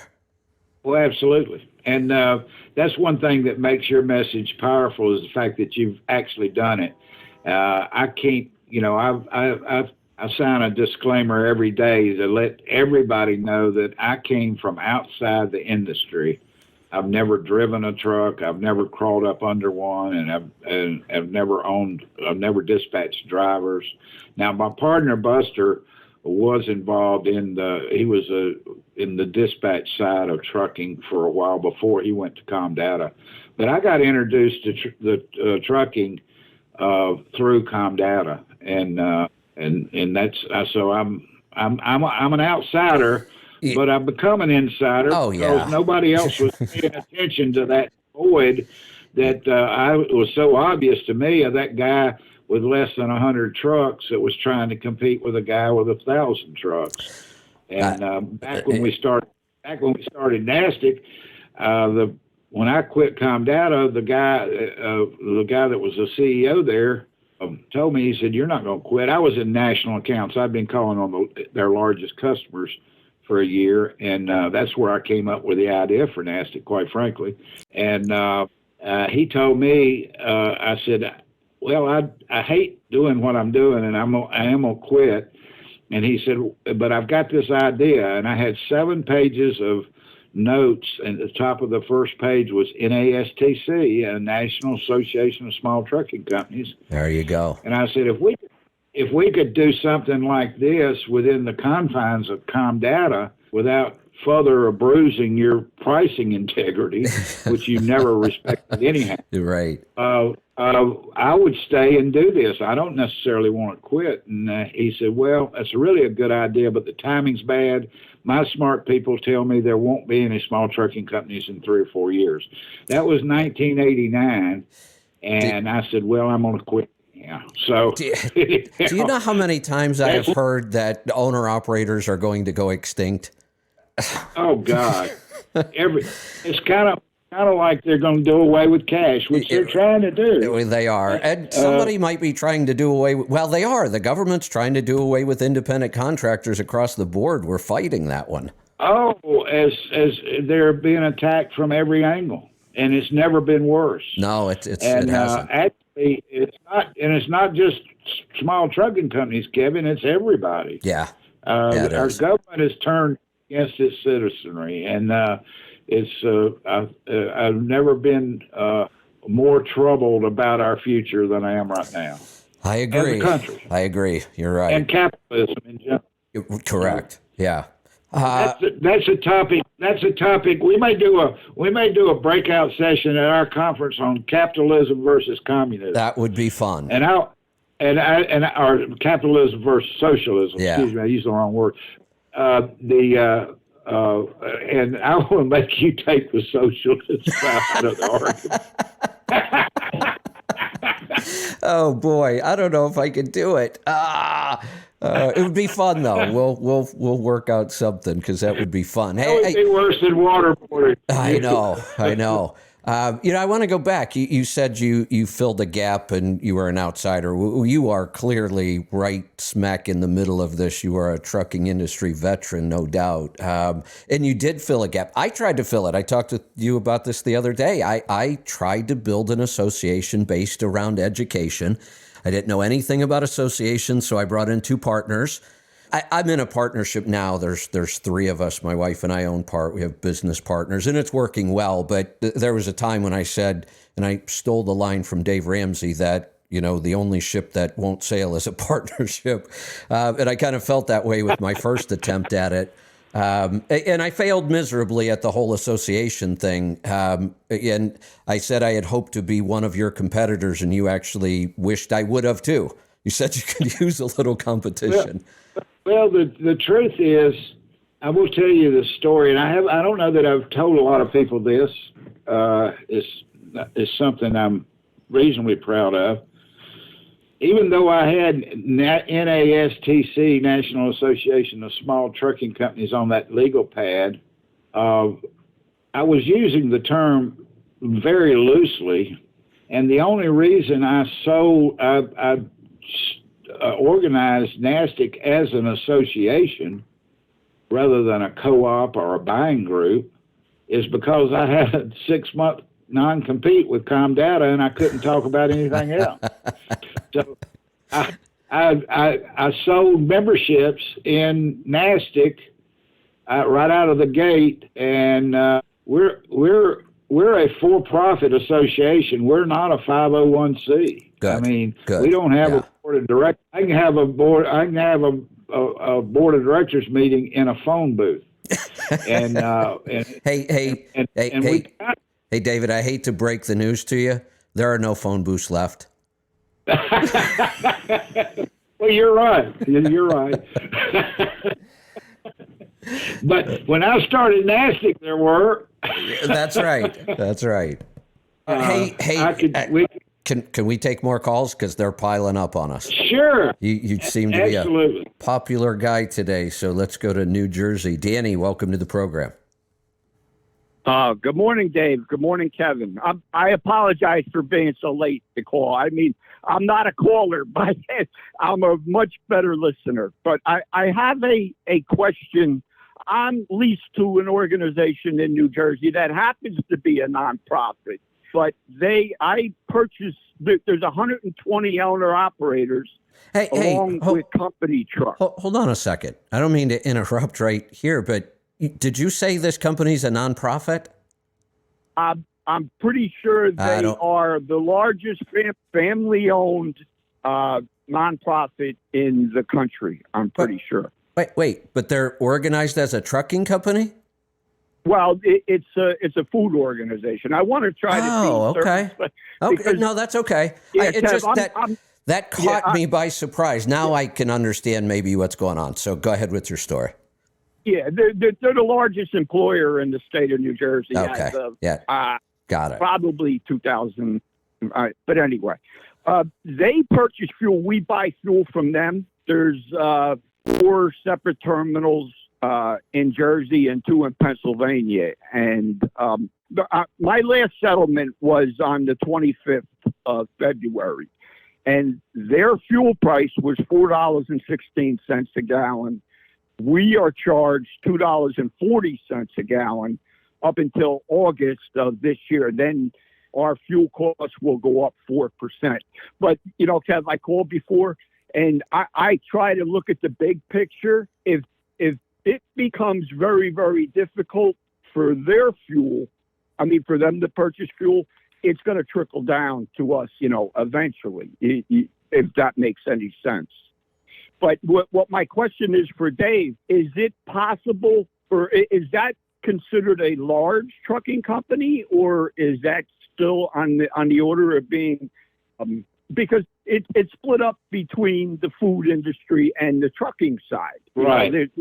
But it's connected. If yes. You know what I mean. Well, and great example. And we're comparing a couple of different things. Number one, that organization is buying terminal fuel, and they're getting that. You can buy terminal fuel, local fuel, cheaper than you can over the road fuel. So that's one consideration. Okay. The other consideration is, yes, we consider that a large trucking company. The government considers anybody with 99 power units or less as a small trucking company. That's the definition of a small trucking company by the government. We think that a guy with less than 10 trucks, we call a non-fleet organization, as small. And we think a guy with 20 or more as medium, and anybody from 30 to 50 is large to extra large. There's a lot of our programs, obviously, it's almost like buying terminal fuel versus over-the-road fuel. Almost all the things that a company does, they can do it cheaper if they do it at home. And that's the case in trucking more than anything else. Our sweet spot on size is really 30 and below, but I'd say we probably have 150, 200 members that have over 100 trucks. And they may have had 40 when they joined us, and grew, like that company I cited earlier that started with 45 and now have 840. Wow. But but we do other things that we haven't talked about. We do about 20 things.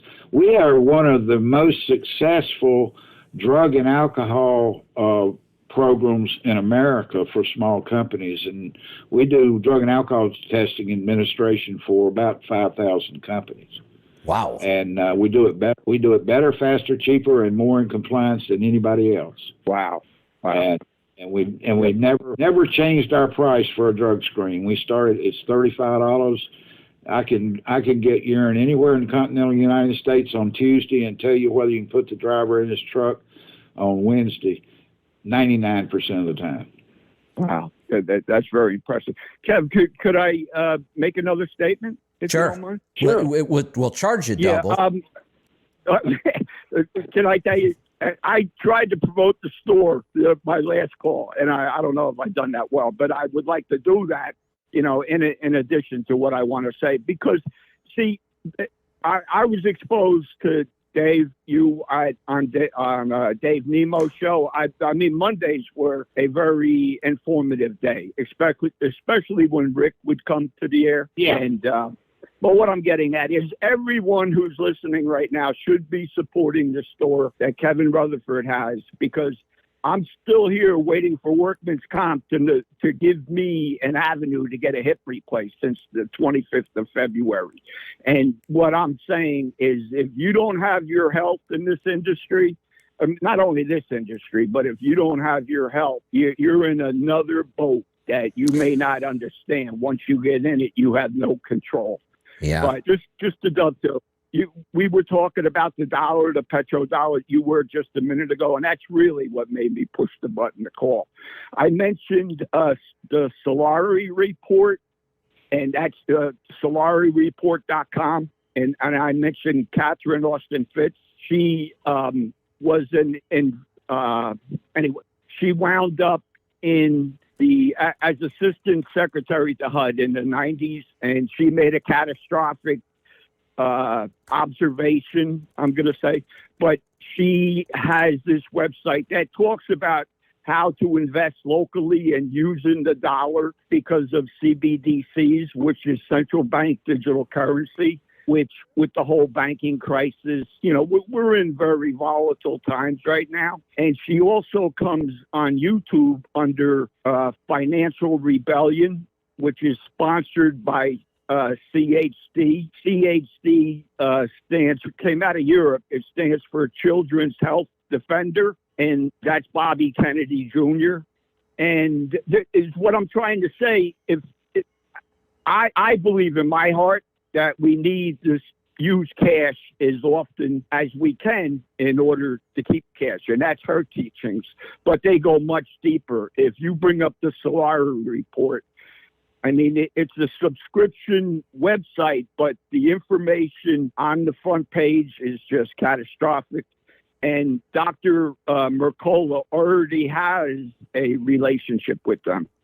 And Kev, I'm very much a simpleton, but I know you're busy with a lot of stuff, but I see partnership, especially because of, David being on the air right now. I don't believe in coincidence.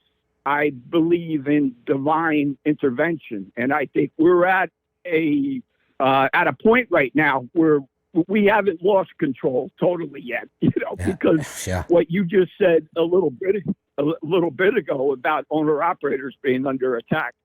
I think that's pretty much, I could see it, even like when Bruce came back. I'm sorry. Yeah, no, I was just going to say we are trying to fight those kind of things on every front that we can. Hey, hold on a second. Danny, I'm going to have to drop you. We're trying to get Jamie and our other guest here. We're going to bring him in here in just a second. And David, the calls just keep coming in and they want to talk to you. So I'm going to try to squeeze in as many as I can while we've got you. Dylan in Utah, go ahead. Yeah, I also work for a nonprofit company. We have some Packard motors, and we ain't making any profit off them. Yeah, I get that one. My question is, can you buy bulk fuel if you're a member of NASTC? We have 23 trucks. 90% of ours is in a boat tank at our yard. Is there a program with that? And no, we've never tried to get into that business because our sweet spot is a full truckload, long haul, family owned, rural based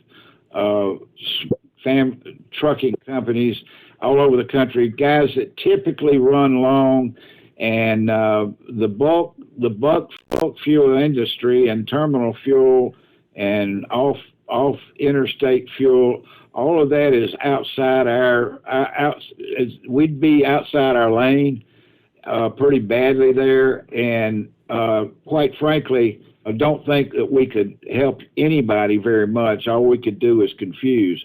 Really, our best customer is not even somebody like that previous caller who is fueling in 4 or 5 terminal sites. We're not going to help him either. We help people that need a broad network, a footprint that's all over the United States, that need the network and be able to buy fuel darn near any interstate in the country at a discounted price. So that's what we focus on. And no, I don't think we'll ever be involved in bulk fuel. Well, that's an answer. I thought maybe you were that way. Now, if you join NASTC and you have 2 trucks, we have 3 trucks that work in a different city, so they don't come to the home terminal and buy fuel. Would that be worth still joining, even though we're a 23 truck operation, but we have a couple trucks that don't buy from the home terminal or get in the home terminal? We have a lot of companies that do it exactly what you're talking about, and yes, they do benefit from NASTC's programs. Obviously, it won't be quite as dynamic if you were fueling all 23 trucks over the road. But if you're buying truck stop fuel for 2 or 3 trucks, we'll save you a lot of money on that particular deal. Unless unless they're in a lane where we don't have stops. But that's almost impossible. There's very few big dead spots in our. That's one reason why we help long haul guys so much. Hell, they carry 300 gallons and they only fuel once a day, so they've got some a lot of discretionary judgment as where, when, and how to buy the fuel. So yes, we would help you quite a bit, and we've got a lot of members that do that. And what we would do with you is try to get into your business a little bit and maybe provide you with something in the safety area, or provide you with, start doing your drug and alcohol testing, or maybe even help you with insurance, or there are other things that we do, software. There are a lot of other things that we do besides fuel. It's just that fuel, because it's Kevin's fault, damn it, that everybody, everybody found out about a fuel program. I say this all the time, Kevin, and I really do mean it. And I think you would probably agree with this. I don't want everybody to be a NASTC member. Exactly. Oh, I really agree with that. Yeah. And you don't ever want everyone to be in your tribe. No way. If everybody out there joined NASTC, I wouldn't have a fuel program, would I? Yeah, exactly. I wouldn't have anything to bring the truck stops. Does that help, Dylan? Well, we're interested, and we'll sit down and look at that. And where are you located, sir? We're in Utah. Okay. South of Salt Lake, but we also have a truck in north of there. We have a truck in Vegas. We have a truck southern Utah that don't get back to our home terminal. And then we have a couple over the roads, and then we do buy a little fuel on the road. And I know all the fuel. There's TAs I know for sure that are close to all those places. Well, we get the best pricing on the interstate, I think, all things considered, at TA Petros. We're their largest customer, and I think we are able to deliver the best price back to our members through TA Petro. And we do that because we focus the fuel in their stop. We got 1,100 truck stops, but about 70% of our fuel of that is purchased in the TA Petro network. So they're big fans of ours, and now we got to educate, I think, BP a little bit as to how we do it, why we do it, and convince them that you guys are their best customer. One thing TA Petro got a long time ago is that their customer really was the driver and not the company. Right. And that's still true. Their whole philosophy is about the driver, just like Dan Baker, who you mentioned. By the way, Dan's been our unofficial chaplain, spokesperson, moral compass for 25 years. That little windshield time that we give to all our drivers that are on Professional Drivers Advantage, Dan offers all of those drivers access to his weekly thoughtgram. Yeah, Dan has been doing it forever. Dan is an amazing guy. He was a keynote speaker for us a couple years. And, I said earlier that, I owe a lot to Dave Nemo for getting me on the radio. But I said he wasn't the first. The first person that got me on the radio was Dan's daughter, Mindy. Okay. And I'm talking with Mindy as we speak, and we're planning on opening all of our podcasts with a little clip from Dan Baker. Excellent. So I think that's something that a lot of our members will look forward to. And instead of just getting it to the 5,000 drivers that are on Professional Drivers Advantage, we'll get it to 10, 15,000 trucking companies twice a month. And it doesn't take Dan Baker very long to win you over either. He can do it in about 2 or 3 minutes. He is fit. When I first started speaking in the industry at a lot of events, I don't have many requests as a speaker. You know, I don't need a special water. It just put me up on the stage, let me talk. If everybody can hear me, I'm fine. Although at one point I did have a request. If I got invited to speak, I would just say, can you please not put me after Dan Baker? I did not want to have to follow that guy. He is so good. Everything is a letdown after that. I've got a story. I know you know what a charismatic person and speaker Dr. Ben Carson is. Yes, yeah. Well, the first time we had Dr. Carson, and he and Candy came to our conference, and he followed Dan Baker.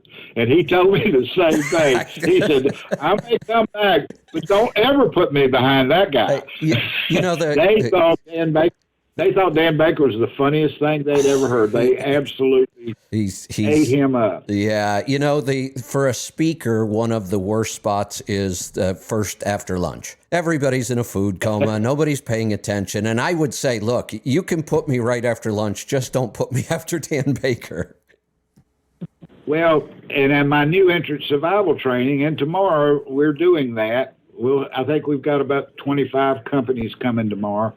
I play a clip from one of Dan Baker's breakout sessions, and he lets me do that. And I think I'm the only person that he allows to do that because he always made his money in person. Yeah. And but I've been playing that same clip for 13, 14 years now, since 2009. Wow. And it never gets old. And I do it after lunch on purpose to wake everybody up. So there you go. Hey, man, and what a great treasure he is. Hey, David, I just realized we've blown through 2 hours. We're going to have to do this a lot more often. We're just going to have to get you in here because there's way too much. I have notes here we're never going to get to. What I want to do right now, I want to introduce you to a very successful small fleet owner. Jamie Hagan has joined us. Jamie, you're on with David. Hey, everybody. Hey, Jamie. Nice to meet you over the phone. Kevin says really, really good things about you. He's using the term successful loosely. Yeah. Successful in trucking is a category of one sometimes. Yeah, you ain't kidding. Right. Yeah. So, Jamie, where are you today? You out working somewhere? Well, you caught me just coming into Chicago here, so I'm going to be... Hey, keep your head on a swivel. But yeah, that's the beauty of traveling slow. That's right. Traffic. Everyone goes around you, and you just get the putts along. Hey, David, one of the themes around here is we do a lot of really slow driving. We're in no hurry. These guys manage their time really well. They don't have to run 70 miles an hour to get everywhere, and they're saving an awful lot of money in fuel. Well, we're key. One of the quotes that I use all the time, I got from the guy had over 5 million accident-free miles, if you can imagine that. Wow. And I said, how in the world were you able to do this?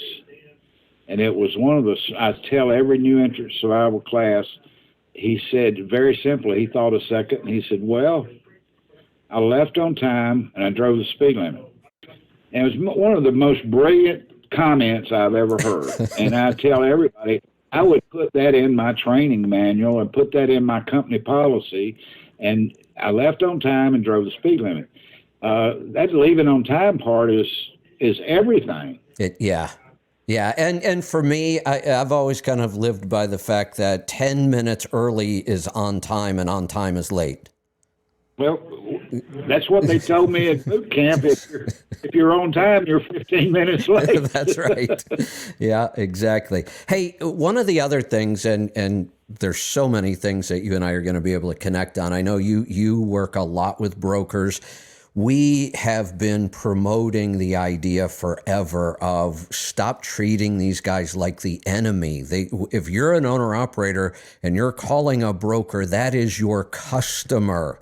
Start treating them that way, and the whole game will change.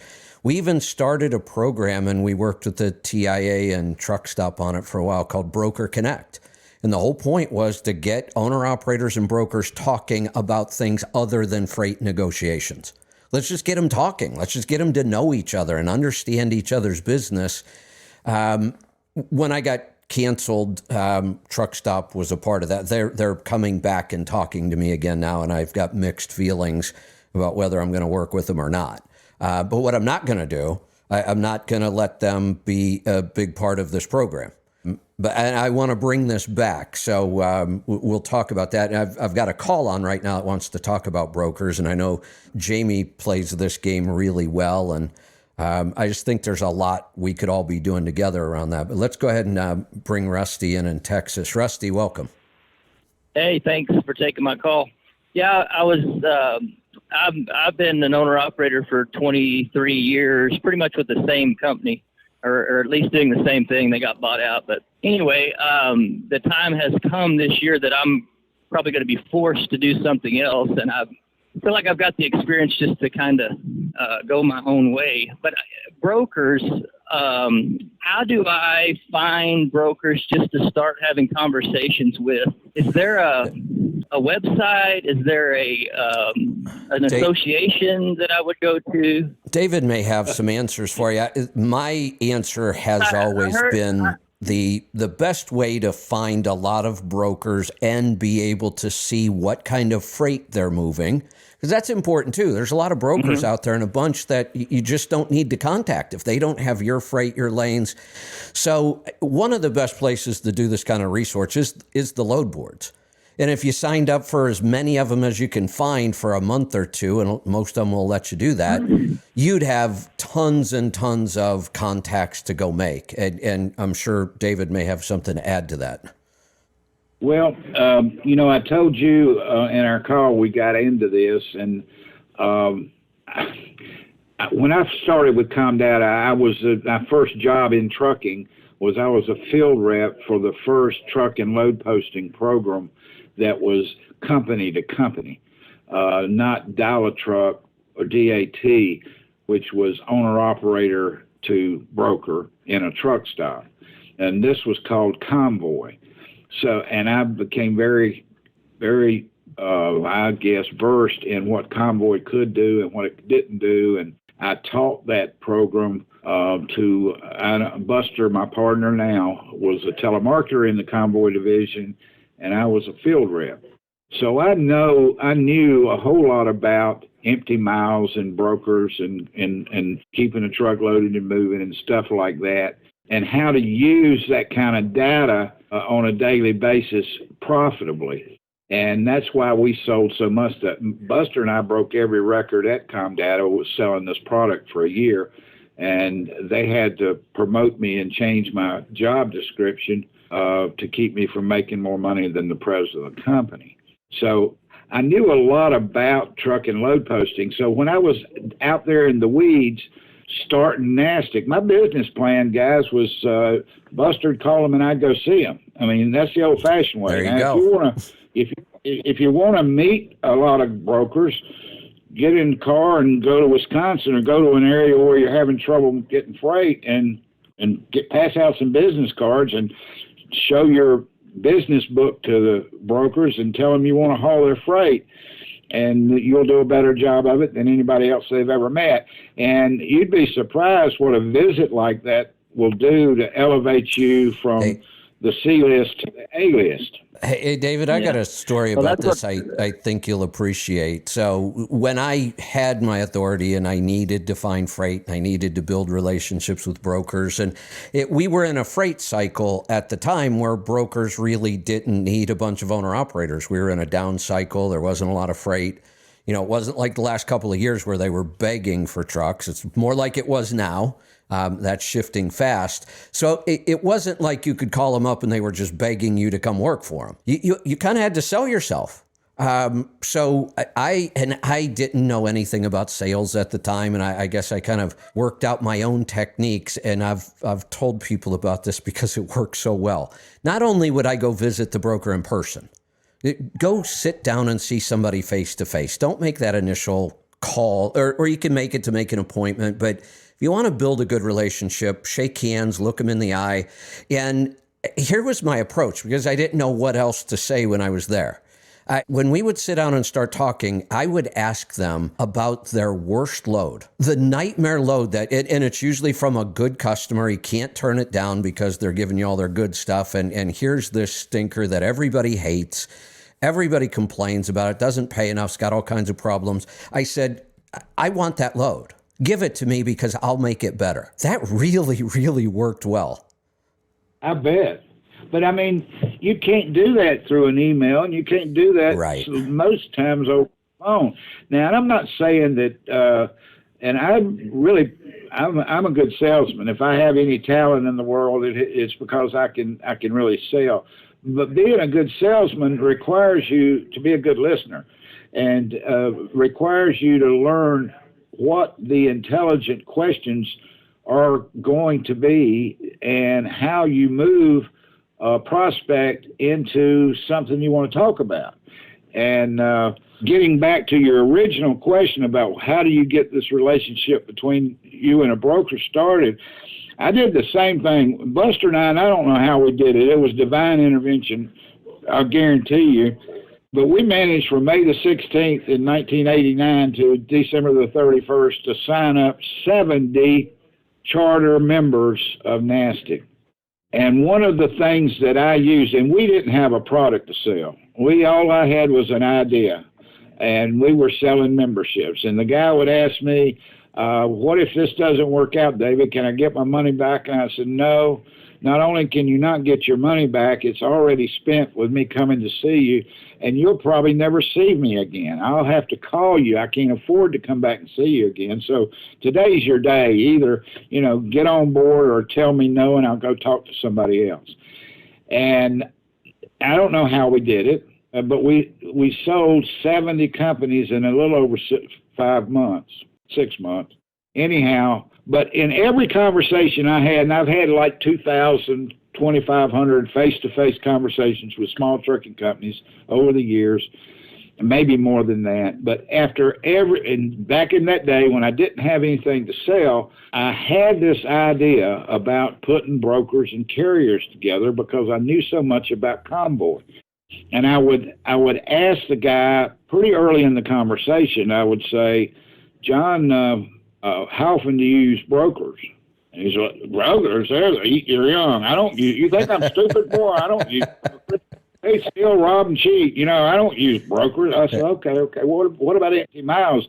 What kind of empty miles are you running? Empty miles? You must think I'm stupid, boy. Where'd you come from? Blah, blah, blah, And then after he bounced me around the room a little bit, and I gained his confidence a little bit, I would come back to that question, but I'd ask it in a different way. I'd say, Mr. John, I know you don't use brokers. Well, what do you do when you're in Wisconsin? You're out of route and you can't get a load. What do you do to get back home? He said, I call Phil. I said, Phil? Yeah, I've known Phil for 25 years. Never met the guy. We've never shook hands, but he gets me out of Wisconsin all the time. Greatest guy you ever met. I said, is he a broker? He said, yeah, but he's not like those other brokers. And then I say, about those empty, and he'd start laughing. And I said, about those empty miles. He said, son, everybody runs empty miles. I know that. You got to run empty miles. Sometimes you need to run empty miles. And I said, well, what do you do when you're stuck in North Carolina? He said, then I call Charlie. Charlie's the greatest guy in the world. So whether the guy joined NASTC or not, at the end of the conversation, I would say, listen, John, I really appreciate the time you've given me, blah, blah, blah. Would you mind writing down your Phil's and Charlie's, the guys that you really think a lot of that are in the brokerage business? And he'd say, yeah, I'll be happy to. I said, just for kicks and giggles, how many brokers do you have in that Rolodex in the middle of your desk? He's about 400. I would get a list of his best contacts, and I did that over and over and over again. And Kevin, I developed a list that was 2,000 brokers long. Fantastic. And then I took that list, and I had a lot of dupes. There were a lot of people that were using Phil out of Wisconsin. Right. So I narrowed it down to about 700, and then I got my map out, and took the United States, and I said, okay, I need 10 in North Carolina, I need 12 in Georgia, I need 14 in Texas, I need 8 in California, and so on. I vetted them. I looked them up and see if they were TIA members, and if they weren't, I didn't call them. And if I vetted them to see how long they'd been in business, and I think I even checked them out with CompuNet. I did use the Gold Book and checked their credit and that kind of thing. And I whittled it down to about 700 brokers. And then I got on the phone and I called them all. There you go. And I called Phil from up in Wisconsin, and I said, Phil, I'm the president of the National Association of Small Trucking Companies. We have several hundred or several thousand trucking companies across the continental United States that are typically small family-owned businesses, and they have to use brokers.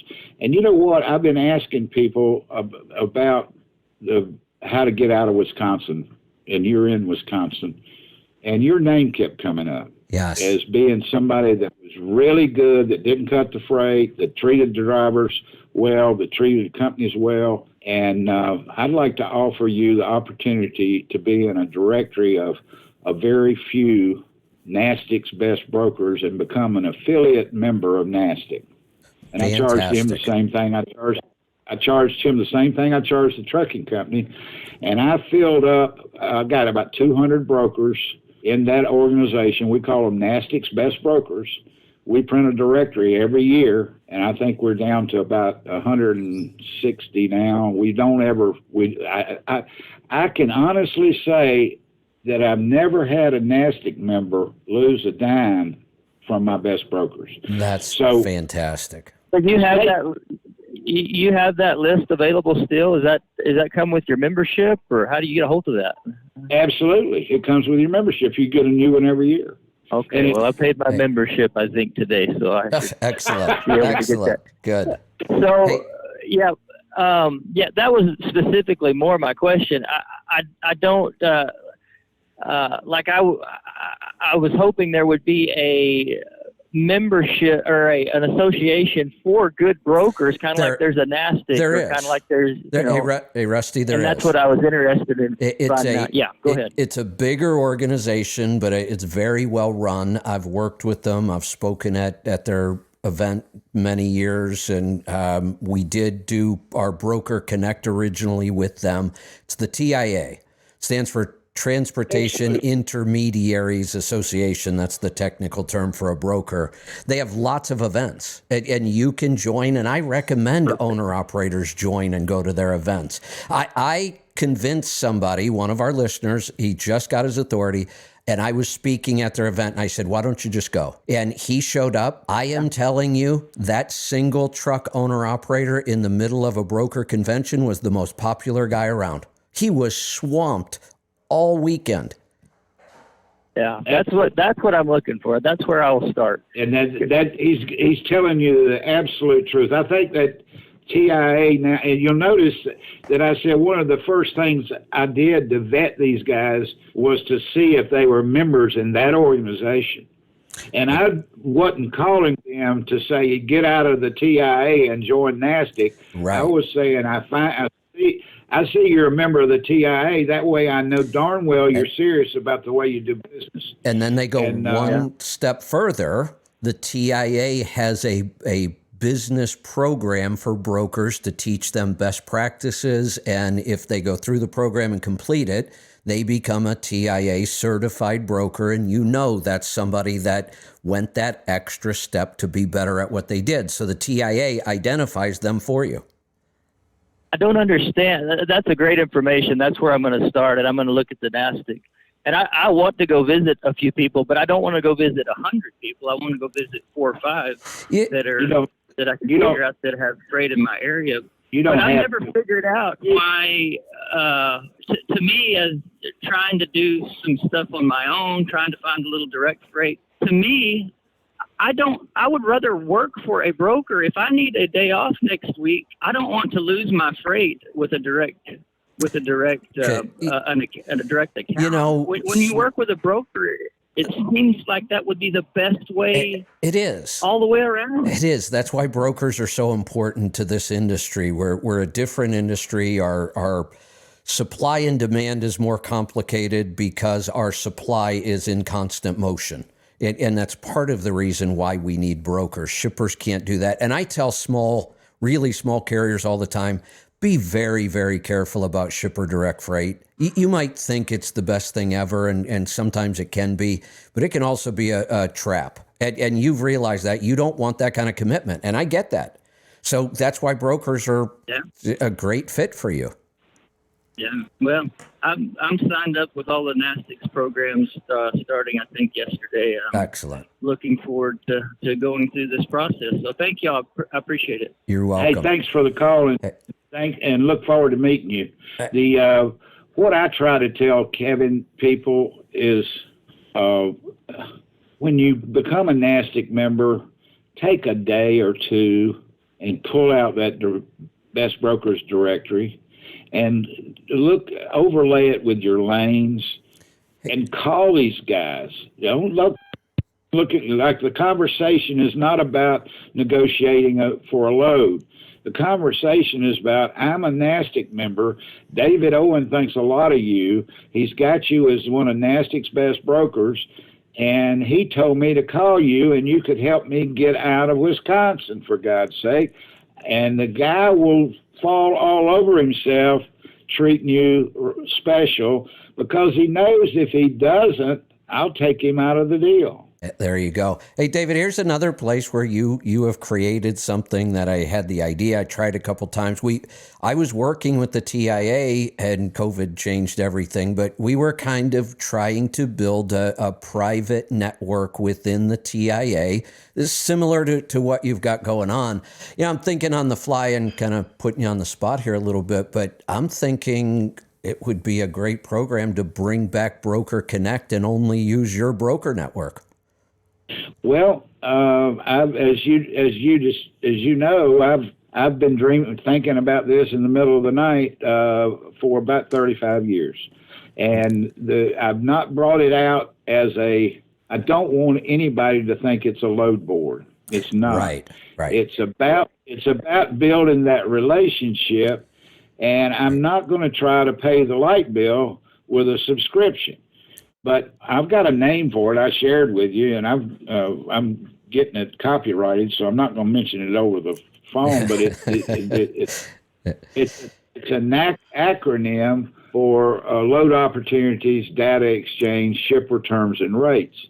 And what I would like to do as a starting point is to take all the carriers who are NASTC members that are less than 10 trucks, and non-fleet carriers, owner-operators, and small guys particularly.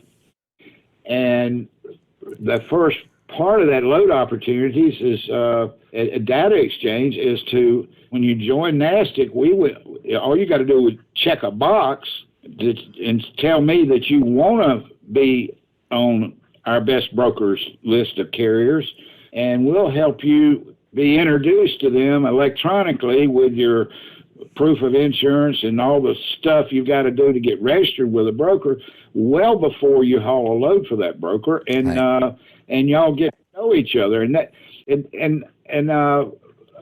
that's the next step in our development of our closed network truck and load posting opportunities. What we want to happen, unlike a call board, is we want that individual that's a NASTC member to develop a relationship directly with that broker and go around us and get, right, a regular stuff. Right. On Wednesday afternoon, I know my truck's going to be backed up here and so-and-so's going to load it. Hey, David, I'm pretty sure I mentioned this to you on our other call. It was that piece of software. Jamie, hey, Jamie, I know you're really nice and you're kind of quiet. You got to jump in here because it's, we will just dominate everything. So doesn't this sound like a perfect fit for that software you and I were talking about? Yeah, the Reed software. Doesn't this seem like a perfect fit for that? Yeah. Yeah. Reads would be a great one to all these emails from the contacts that you got on your end. Yeah, David, that makes a lot of good sense putting those two together. It does. We mentioned this briefly in the conversation, and I reached out to Reed actually this morning, and I think you two need to talk. I think that could be a big piece of this, but I think a lot of things could come together around this. As much as I hate to do it, David, we're going to have to wrap this up. I actually have another host who normally starts at 10, and I asked him to hold off because things were going so well. One more thing I want to ask you, because I know you've done a lot of radio time. Don't you love this format with no commercials? Oh man, it's fabulous. We don't do commercials. Obviously, we don't we don't need to hook up a lot. But Jamie, you have been so kind with your time. I apologize. But we got to do this again soon, Kevin. Yeah, we're going to make this a regular thing. We'll figure out your schedule, and we've got to make this a regular thing. There are so many good projects we need to stay in touch and work on. And I think there's several like this idea of your dream and my dream about a closed, not a public board, but a closed system. We named our Thursday night for 25 years at our annual conference, our annual trust forum, and we invited our best brokers and our carriers in to throw biscuits at each other, and they did. we had the same experience. It took me a little longer to get to it, but in the last couple of years of our event, we brought in brokers for a session and put them up in the front of the room, and it was a free-for-all, and we didn't have a big enough room. I mean, we had people spilling out into the hall. It was our most popular segment. Well, sure. Yeah, people had fun with it, and we learned a lot, and good relationships got built. That was the key. Exactly. That's what I'm trying to do with this. Like I say, I want to eventually for our smarter guys like Jamie to be able to just go around us. They don't have to go through us to get to our best brokers. They can go directly to the best broker and set up something regular. You know, Kevin, I've heard you talk. The most profitable stuff you can do as a small trucking company is develop a lane and do something regular, back and forth. Best loads never make it to the boards. They just don't. That's not the stuff that's getting posted on the boards. The broker's best loads are moved by his best carriers, and nobody else sees them. Exactly. That's exactly right. And I want to be able to do the same thing through this program as we did with the fuel program. I want to take the guy that's at the back of the line and move him around to the front of the line. There you go. All right. I do have to wrap this up. Jamie, you and I are on for a Twitter space at noon today, right? Yeah, that'd be great. Perfect. All right. Nice we will do that. Jamie. Kevin, I've loved doing this. Call me back. We'll do it again. We'll do. We're going to do that real soon. Have a great day. You too. Take care. All right, everybody, we are wrapping this up. Rolling Toe will be live here in under 10 minutes. And so you've got an hour or so of Rolling Toe. And then at noon, come on over and join Jamie and I. Jamie's going to talk a lot more on the Twitter space, aren't you, Jamie? God, I'm hoping so. This is how Henry Albert feels when Joel's on. I know. It's and then we just start talking over each other because we all have so much to say and there's not enough time. So, the Twitter space is fun. Yeah. Yesterday, unfortunately, I think we got hacked by the Communist Chinese Party and had to end a little early, but we'll try to fix that today. Possible. Yeah, so we're going to wrap this up, Rolling Toe, and then Twitter Spaces. We still have a lot on tap for you today. And then we'll see you back here tomorrow. Let me check real quick. Wait a minute. No Rolling Toe. What happened? I didn't know about that. Did I? Was I supposed to know that? Oh, I'm sorry. They had to cancel because I went long. That was my fault. I got a little jammed up on the show today. I was just excited about getting so many things out there. So I apologize for that. Sounded like he had a lot to say, too, though. I know. And like I said, David and I could do this for a week straight, I swear. We have so many of the same ideas, the same projects, the same things we've wanted to accomplish that just in the beginning, it's just a little hectic right now. I did not realize that they had that much to offer. I don't think many people do, right? When I first got into my own authority, I called because you had mentioned their fuel card.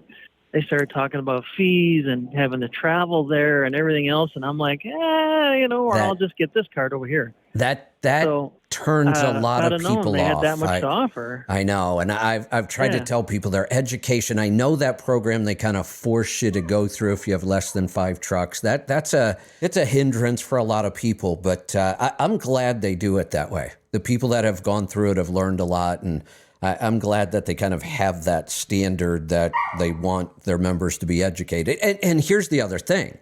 During that time, you're getting real good education about how the industry works and all kinds of things, but you're also learning about all of those other tools that they have. I mean, we could spend a week on all of those things. Yeah, it sounds like it's worth for a guy to go down there, really. It really is. And what they're doing with brokers, I love that. It's something I've tried to do. And we could tie into their fuel card with our app and really create some powerful stuff. So, David reached out to me. Like I said, we've talked on and off. I knew he was on, still on Sirius on a pretty regular basis. So David reached out to me a week or so ago, and we played phone tag. And once we got on the phone and really got focused on what we could be doing, it just never ends. I mean, there's so much just really, really good projects that we're in a good position to put together between the two companies. And I think it's going to benefit our tribe a lot. Yeah, I think that's going to be great integration. When you think about it, just the mention of Reed's platform and then fuel gauges, profit gauges, all these things that it's going to make people more balanced, Yes. Yeah. And this is the kind of education we've really been missing in the industry. I mean, we tried to do it with the CMC in our program, and David's been doing it with his programs, and yet it's still not really well known in the industry at all that this even exists. Yeah, when I started, it was pen and paper. Yeah, there my you dad go. did everything on a notepad. Yeah. That's how I learned, how to operate a trucking company, a notepad that you just kind of carried around with you. Yep.